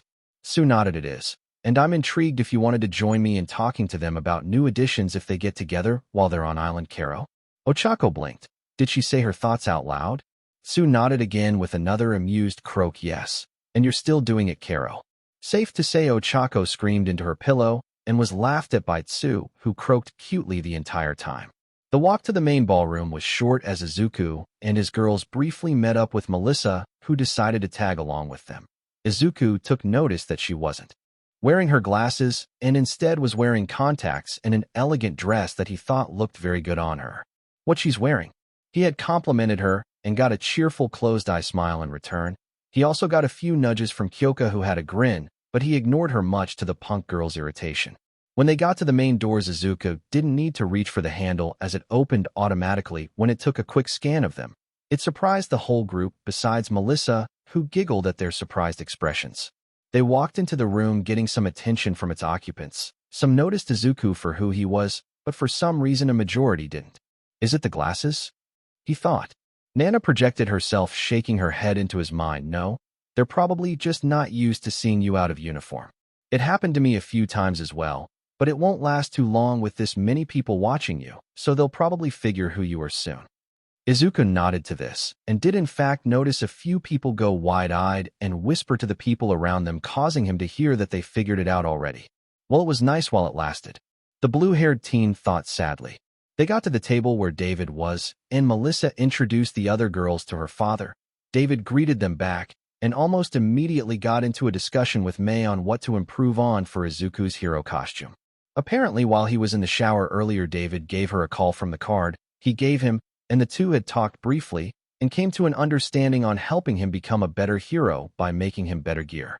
So Izuku watched on as the three hero gear technicians talked and described some very outlandish gear and equipment that he never even thought about before. In this time, Momo had been approached by a few wealthy company CEOs and gave their respects to her and her family, who weren't even here, mind you, but apparently still had enough pull that people would greet their daughter in hopes of getting on their good side. Kyoka and Izuku could only sit next to each other and share a look. They both weren't super smart to know what the Shield Duo and Mei were talking about, and on the other hand, didn't have enough social etiquette to talk with posh businessmen like Momo, which just left them to talk to each other. So this red stuff is pretty tasty, Izuku said, trying to break the ice. The punk girl in return nodded and spoke in an overly posh voice that only he could hear. Oh, indubitably. It's as if I am eating a summer day. Izuku snorted and chuckled at the purple-haired girl's antics before playing along. Yes, indeed. I must say this gold-flaked water is to die for. The two had a good laugh before talking more genuinely. So what do I call you for a nickname now? I can't call you Green anymore like I did earlier in the day for obvious reasons. So what should I call you? At hearing the question, Izuku crossed his arms over his chest and hummed in thought. Well, I don't really know. I've never really called anyone nicknames besides you, Momo and Bakugo. The purplet played with her ear jack before stopping dead in her tracks. She turned to look at a door across the ballroom and shook Izuku's arm, getting his immediate attention. Kyoka, what's? He was cut off as metal cylinders came out from under the floor and quickly shot out capture devices that wrapped around the heroes and security. They tried to capture Izuku, but failed as he caught the multiple rings and destroyed them with his hands. The Bluenet and his group turned to the door Kyoka was looking at earlier to see it open and reveal men with guns, and the projector in the room turned on and shot out onto the main wall of the venue. Seems I was right to worry about the famed Superman. But then again, I bet you're not faster than a bullet to a person's head. So listen up, you Richies, we're in charge here, so no funny business. By now the gunman had taken hostages, and the man on the projector smiled evilly now that he had everyone's attention, But honestly, Izuku was upset for an entirely different reason than the situation at hand. Why can't I go somewhere and not be attacked by villains? First the sludge villain, then the USJ, the internships, the summer camp, and now this nonsense. Honestly, I must have some of the worst luck ever. He thought to himself, while trying to ignore the cheering of Nana and Banjo to quote-unquote beat them knife. Sighing, he looked at the gunmen, causing them to gulp or flinch. He then turned his attention towards the screen to see who he could only guess would be the boss of these guys. Now, we got this whole building under our control, see, so no one is coming to help you. That leaves me with a few choice words for you all. Don't play hero, and don't mess with my operation here, or you all die. Kyoka couldn't help but roll her eyes at this, and turned to Izuku. So why haven't you saved us yet? Izuku turned his head towards her, and replied, well, Rockstar, if you haven't forgotten, I'm still not a licensed hero yet, so I can't use my quirk to beat the hell out of these guys without legal backfire. However, David shook his head at this. Actually, since Island is its own place recognized by NATO, we have different rules compared to the other parts of the world, mainly in how self-defense works. And when it comes to heroes in training, you're allowed to use your quirk if the situation is dire. And I'm pretty sure it is, so you have the full go-ahead to save us. The ninth user gave a ah before moving so fast no one saw him move, and instead saw an after image of him disappearing from where he once stood. Instead, he was standing with the gunman all knocked out and tied up with shoelaces he got from said gunman. He stood over the bundle of idiots and pushed his glasses up. Alrighty then. Seems like I didn't need to be faster than a bullet, but rather faster than the reaction time it takes for a human to press the trigger. Who knew? The man on the projector growled and slammed his hands onto the table in front of him and shouted out, you still won't stop me, boy. We have the whole building in our control, and by the time you get pasted, the security measures will be long gone. With that, the projector shut off and Izuku deadpanned. Did they forget I can use my super strength, heat vision, and flight to get to them in less than a minute, or probably even half of that? The first user Yoichi sighed and responded back, ninth. Villains like this are prideful and don't see the world for how it truly is. Now, usually that's a good thing because it makes them easy to defeat, but it also makes them dangerous because they can be easily controlled by others. But it was then that Izuku had a thought. Wait a minute. Why didn't Danger Sense detect this? The fourth spoke up, a little melancholic. We're trying to find out. But from what we've speculated, it may be because the quirk's original use is to sense danger that's aimed at the host. But because you're basically invulnerable, nothing is really a danger to you and won't be detected. It also doesn't help that the keywords training you're trying to do isn't finished yet, so you didn't pick anything up on your super hearing. Well, we gotta fix that after this is all over. In another blur, Izuku released all of the heroes and security before going over to David and the girls. David, how do we take control back of the building? David thought about it for a moment and paced a few times before answering, well, the only way they gained control in the first place is to have a main access card and use it in the main security system that is at the top of the tower, and luckily enough, I have such a card and know how to override their control. Izuku nodded and thought of a plan. Okay, I want you to come with me and do what you need to do. Momo, Kyoka, you two will help the heroes wherever you can in evacuating the civilians. Melissa, you and May try and jerry-rig a communication device to get the docks and airspace on lockdown in case these guys try and escape. The group nodded and went to do their task, leaving Izuku and David. The blue-haired teen unbuttoned his shirt and took his glasses off before asking David, so how do you do with high speeds and heights?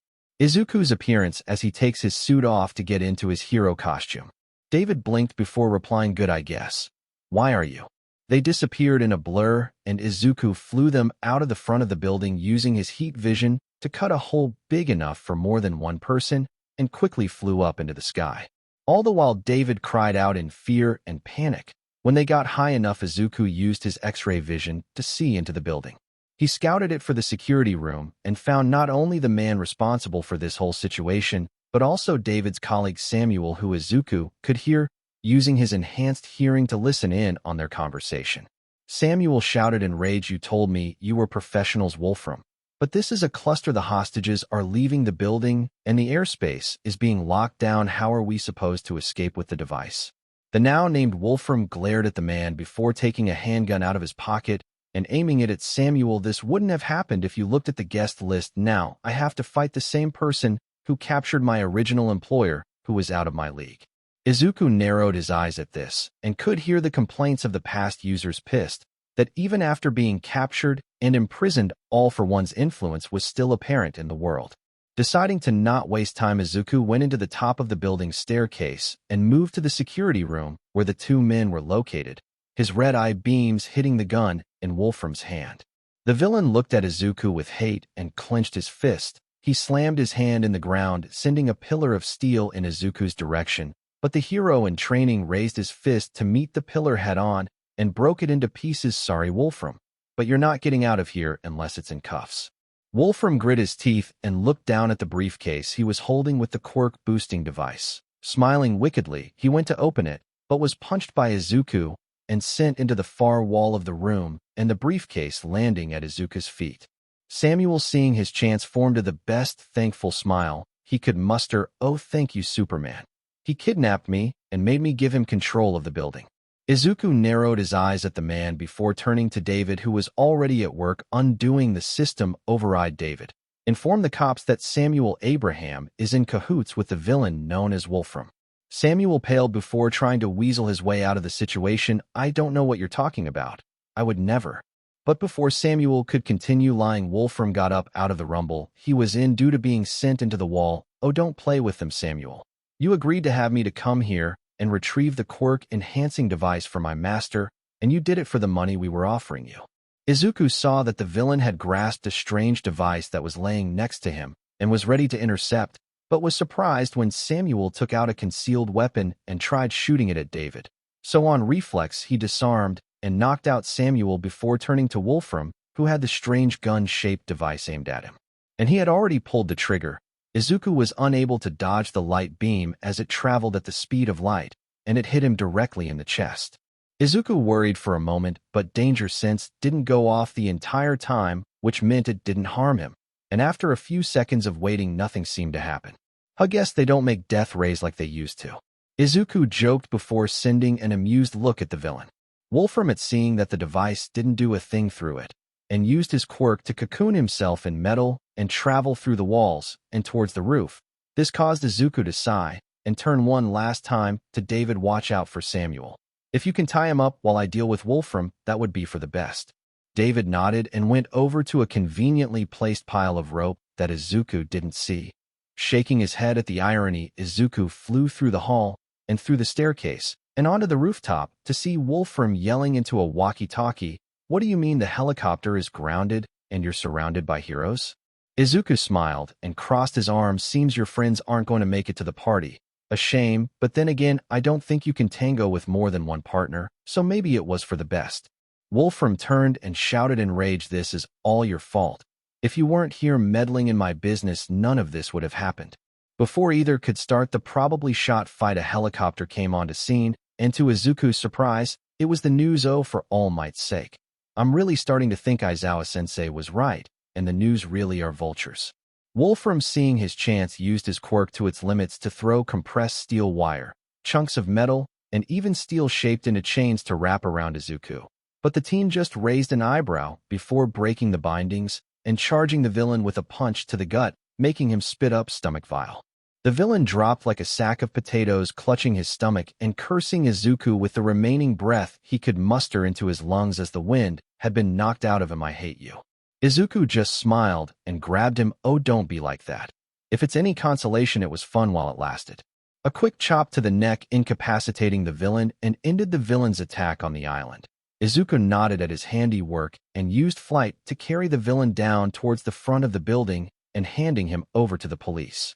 He made a quick trip to get Samuel as well and explained the crooked scientist's plan. The cops, after hearing this, looked at the scientist with rage and threw him in the prison van to take them down to the station for questioning and processing. With his work down, Izuku went to where he heard the girls and was hugged when he got into their line of sight. He hugged them back and turned to Melissa and told her that David would be down soon. Melissa was happy to hear that and waited with them for when her father would arrive. In that time, they were questioned by police, and they each gave their statements. Unfortunately, they were also pestered by the news crew who were in that helicopter earlier. The female reporter Izuku recognized from the American restaurant he and the others ate at earlier that day. Izuku and Momo took point in the small interview and gave them adequate responses and replies, but what surprised him was how the reporter nicknamed him the Man of Steel for his fight with Wolfram. He actually liked the sound of it, but his good mood was soured by the reporter asking about his relationship with Momo. Before he could respond, Momo gave him a kiss on the cheek and explained that they were in a relationship that also included Kyoka. The pink girl who was right next to Momo was a little embarrassed by the attention directed on her, but she didn't deny Momo's words, which was enough of an answer in and of itself. That was the end of the impromptu interview, however, as David arrived and shooed the reporters and news crews away, making the teens very grateful for his help. The rest of the night was relatively short as the group went out for some dinner since theirs was ruined by villains. They ate at a Korean barbecue place and shortly after headed to their home/hotel to rest for the night. But it was as Izuku slept that a strange thing happened inside One for All. The device shot at him was a quirk splicer, but due to how strong and adaptive the quirk it tried to affect, it instead took in the splicing energy and transformed it into something else. Inside One for All, Izuku sighed as Nana cackled away at their new circumstance. Apparently that weird device disentangled her and now allowed her to come out of his body in a physical form where she could eat, talk, touch, and feel in. She had been boasting for the past hour about using it to tease the hell out of him and his girlfriends, which in turn made Izuku ignore her and speak with the fourth in hopes to put parameters on Danger Sense to help him actually use it. The inside of the quirk had changed dramatically from what it used to look like. Instead of the floating concrete slab on the middle of a void, the place was now a nice hotel-like structure with a beach, pool, and everything else that a hotel could provide. The past users would use a TV in the main lounge to watch through his eyes or watch his memories to watch TV shows he saw or listen to music he had inside of his memories. In all, the place was pretty nice, the core of the quirk being the sun that was able to be accessed via the basement where the main controls, as they were called, were located. Hikage, the fourth user, had gone to the main controls to try and fix Danger Sense, but instead found out about Nana's new condition and, much to everyone's annoyance, had not stopped cheering and rubbing it into their faces. And I'm not stopping there. Whenever he's in the shower, we're going to do it like rabbits until I'm satisfied, shouted out the raven-haired woman with a crazed, perverted smile that unnerved them all. Izuku sighed and rubbed the bridge of his nose. Nana, for the love of Kami, please stop talking about all the fantasies you want to have with me. Nana turned her head towards him. How about no? I wish quirks weren't absolute nonsense, and this wasn't a possibility. The blue-haired teen groaned as he started to fade in a sign of him wake up and heard Nana cackle to herself. His life was going to get even weirder than it already was, and he couldn't do a thing about it. A few days later, the group had gotten to know Nana rather well, and it was very, very embarrassing for all those involved as she appeared like a ghost, fully clothes off, and introduced herself the first time they all met. Safe to say Momo's mind had gone into shock, and Kyoka gave a thumbs up and said a small nice before getting up from bed to use the bathroom. Mei was more interested in studying the seventh user and later that day did a full inspection on the ghost woman with the shield duo to get a reading on what fully happened. Izuku didn't understand a thing of what they said, so they dumbed it down to say Nana was able to project herself out of One for All, and the only downside was that she couldn't leave his immediate surroundings and could only walk about 10 feet away from him before disappearing back into the quirk. She could also stay out as long as she wanted, which was Izuku's new personal hell, as she groped him and teased him like midnight on crack, and for some reason the girls found it amusing and didn't help him in handling her. But their time on the island wasn't all bad, as a few days of rest was nice for them all, and by the time they had to leave, Izuku had gotten very close with Melissa and her father and told them that they could count on him if they ever needed help or just wanted company. Mei had gotten her AI for her effort in saving the island by hacking the system and coordinating the heroes to surround the helicopter the villains were going to use as an escape. She had been talking about making a robot with it. Or maybe it was an android. Izuku didn't really know the difference, so he let it be. But it was on their arrival back that they were immediately met by a problem. Apparently saving Island is a big deal and made Izuku even more fans and famous, as the second they got off the tarmac, they were swarmed by fans and reporters. Izuku was only saved by the quick arrival of Aizawa and Tashinori with Nizu on the latter's shoulder. They got them all out of there and into a black SUV to take them back to UA. Nizu looked at the group of teens and spoke in his usual cheery tone, "Well, Midoriya, you sure have luck with villains. I'm inclined to believe wherever you go you're going to encounter villains and make a spectacle out of it all. The blue-haired teen shuffled a little in his seat. Sorry, I'll try not to do that, but I can't promise anything. Aizawa huffed at this, but didn't say anything as he continued to drive. Tashinori, who was in the front passenger seat, turned and gave his own thoughts on the matter. From the report we received, this Wolfram fellow worked for All for One. Is that true? Izuku nodded solemnly in response, causing Tashinori to sigh and lean back into his seat. It seems that man still has pieces on the board. There is still work to do in undoing his web of allies. The occupants in the vehicle were silent to dwell on the words of the previous number one hero, and it was only when Nizu cleared his throat did they get out of their thoughts. Nizu, who was seated on the center console, turned to Izuku and his group before speaking aloud. That is exactly why the HPSC President Makima and I have agreed that Izuku Midoriya shall be given a part-time pro-hero license to help when he is needed. They were all shocked at hearing this, but none more than Izuku himself. But sir, he exclaimed. Nizu raised his paw to stop him and continue. It's already been decided, Midoriya. There are some small restrictions, however, like how you have to have good grades and not be failing any of your classes. Secondly, you won't be being paid, and any damage to property you make will be on the HPSC to fix, so it's a give and take sort of deal. The ninth user wasn't able to speak. He was basically going to be a hero way earlier than he ever thought he would be, and all he had to do was have good grades, which he already had. And due to his brain being enhanced by One for All, it would be smooth sailing for him. I accept and hope to make you all proud.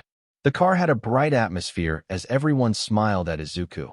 Even the ever-strict Aizawa was happy for his student and had a small grin hidden under his scarf.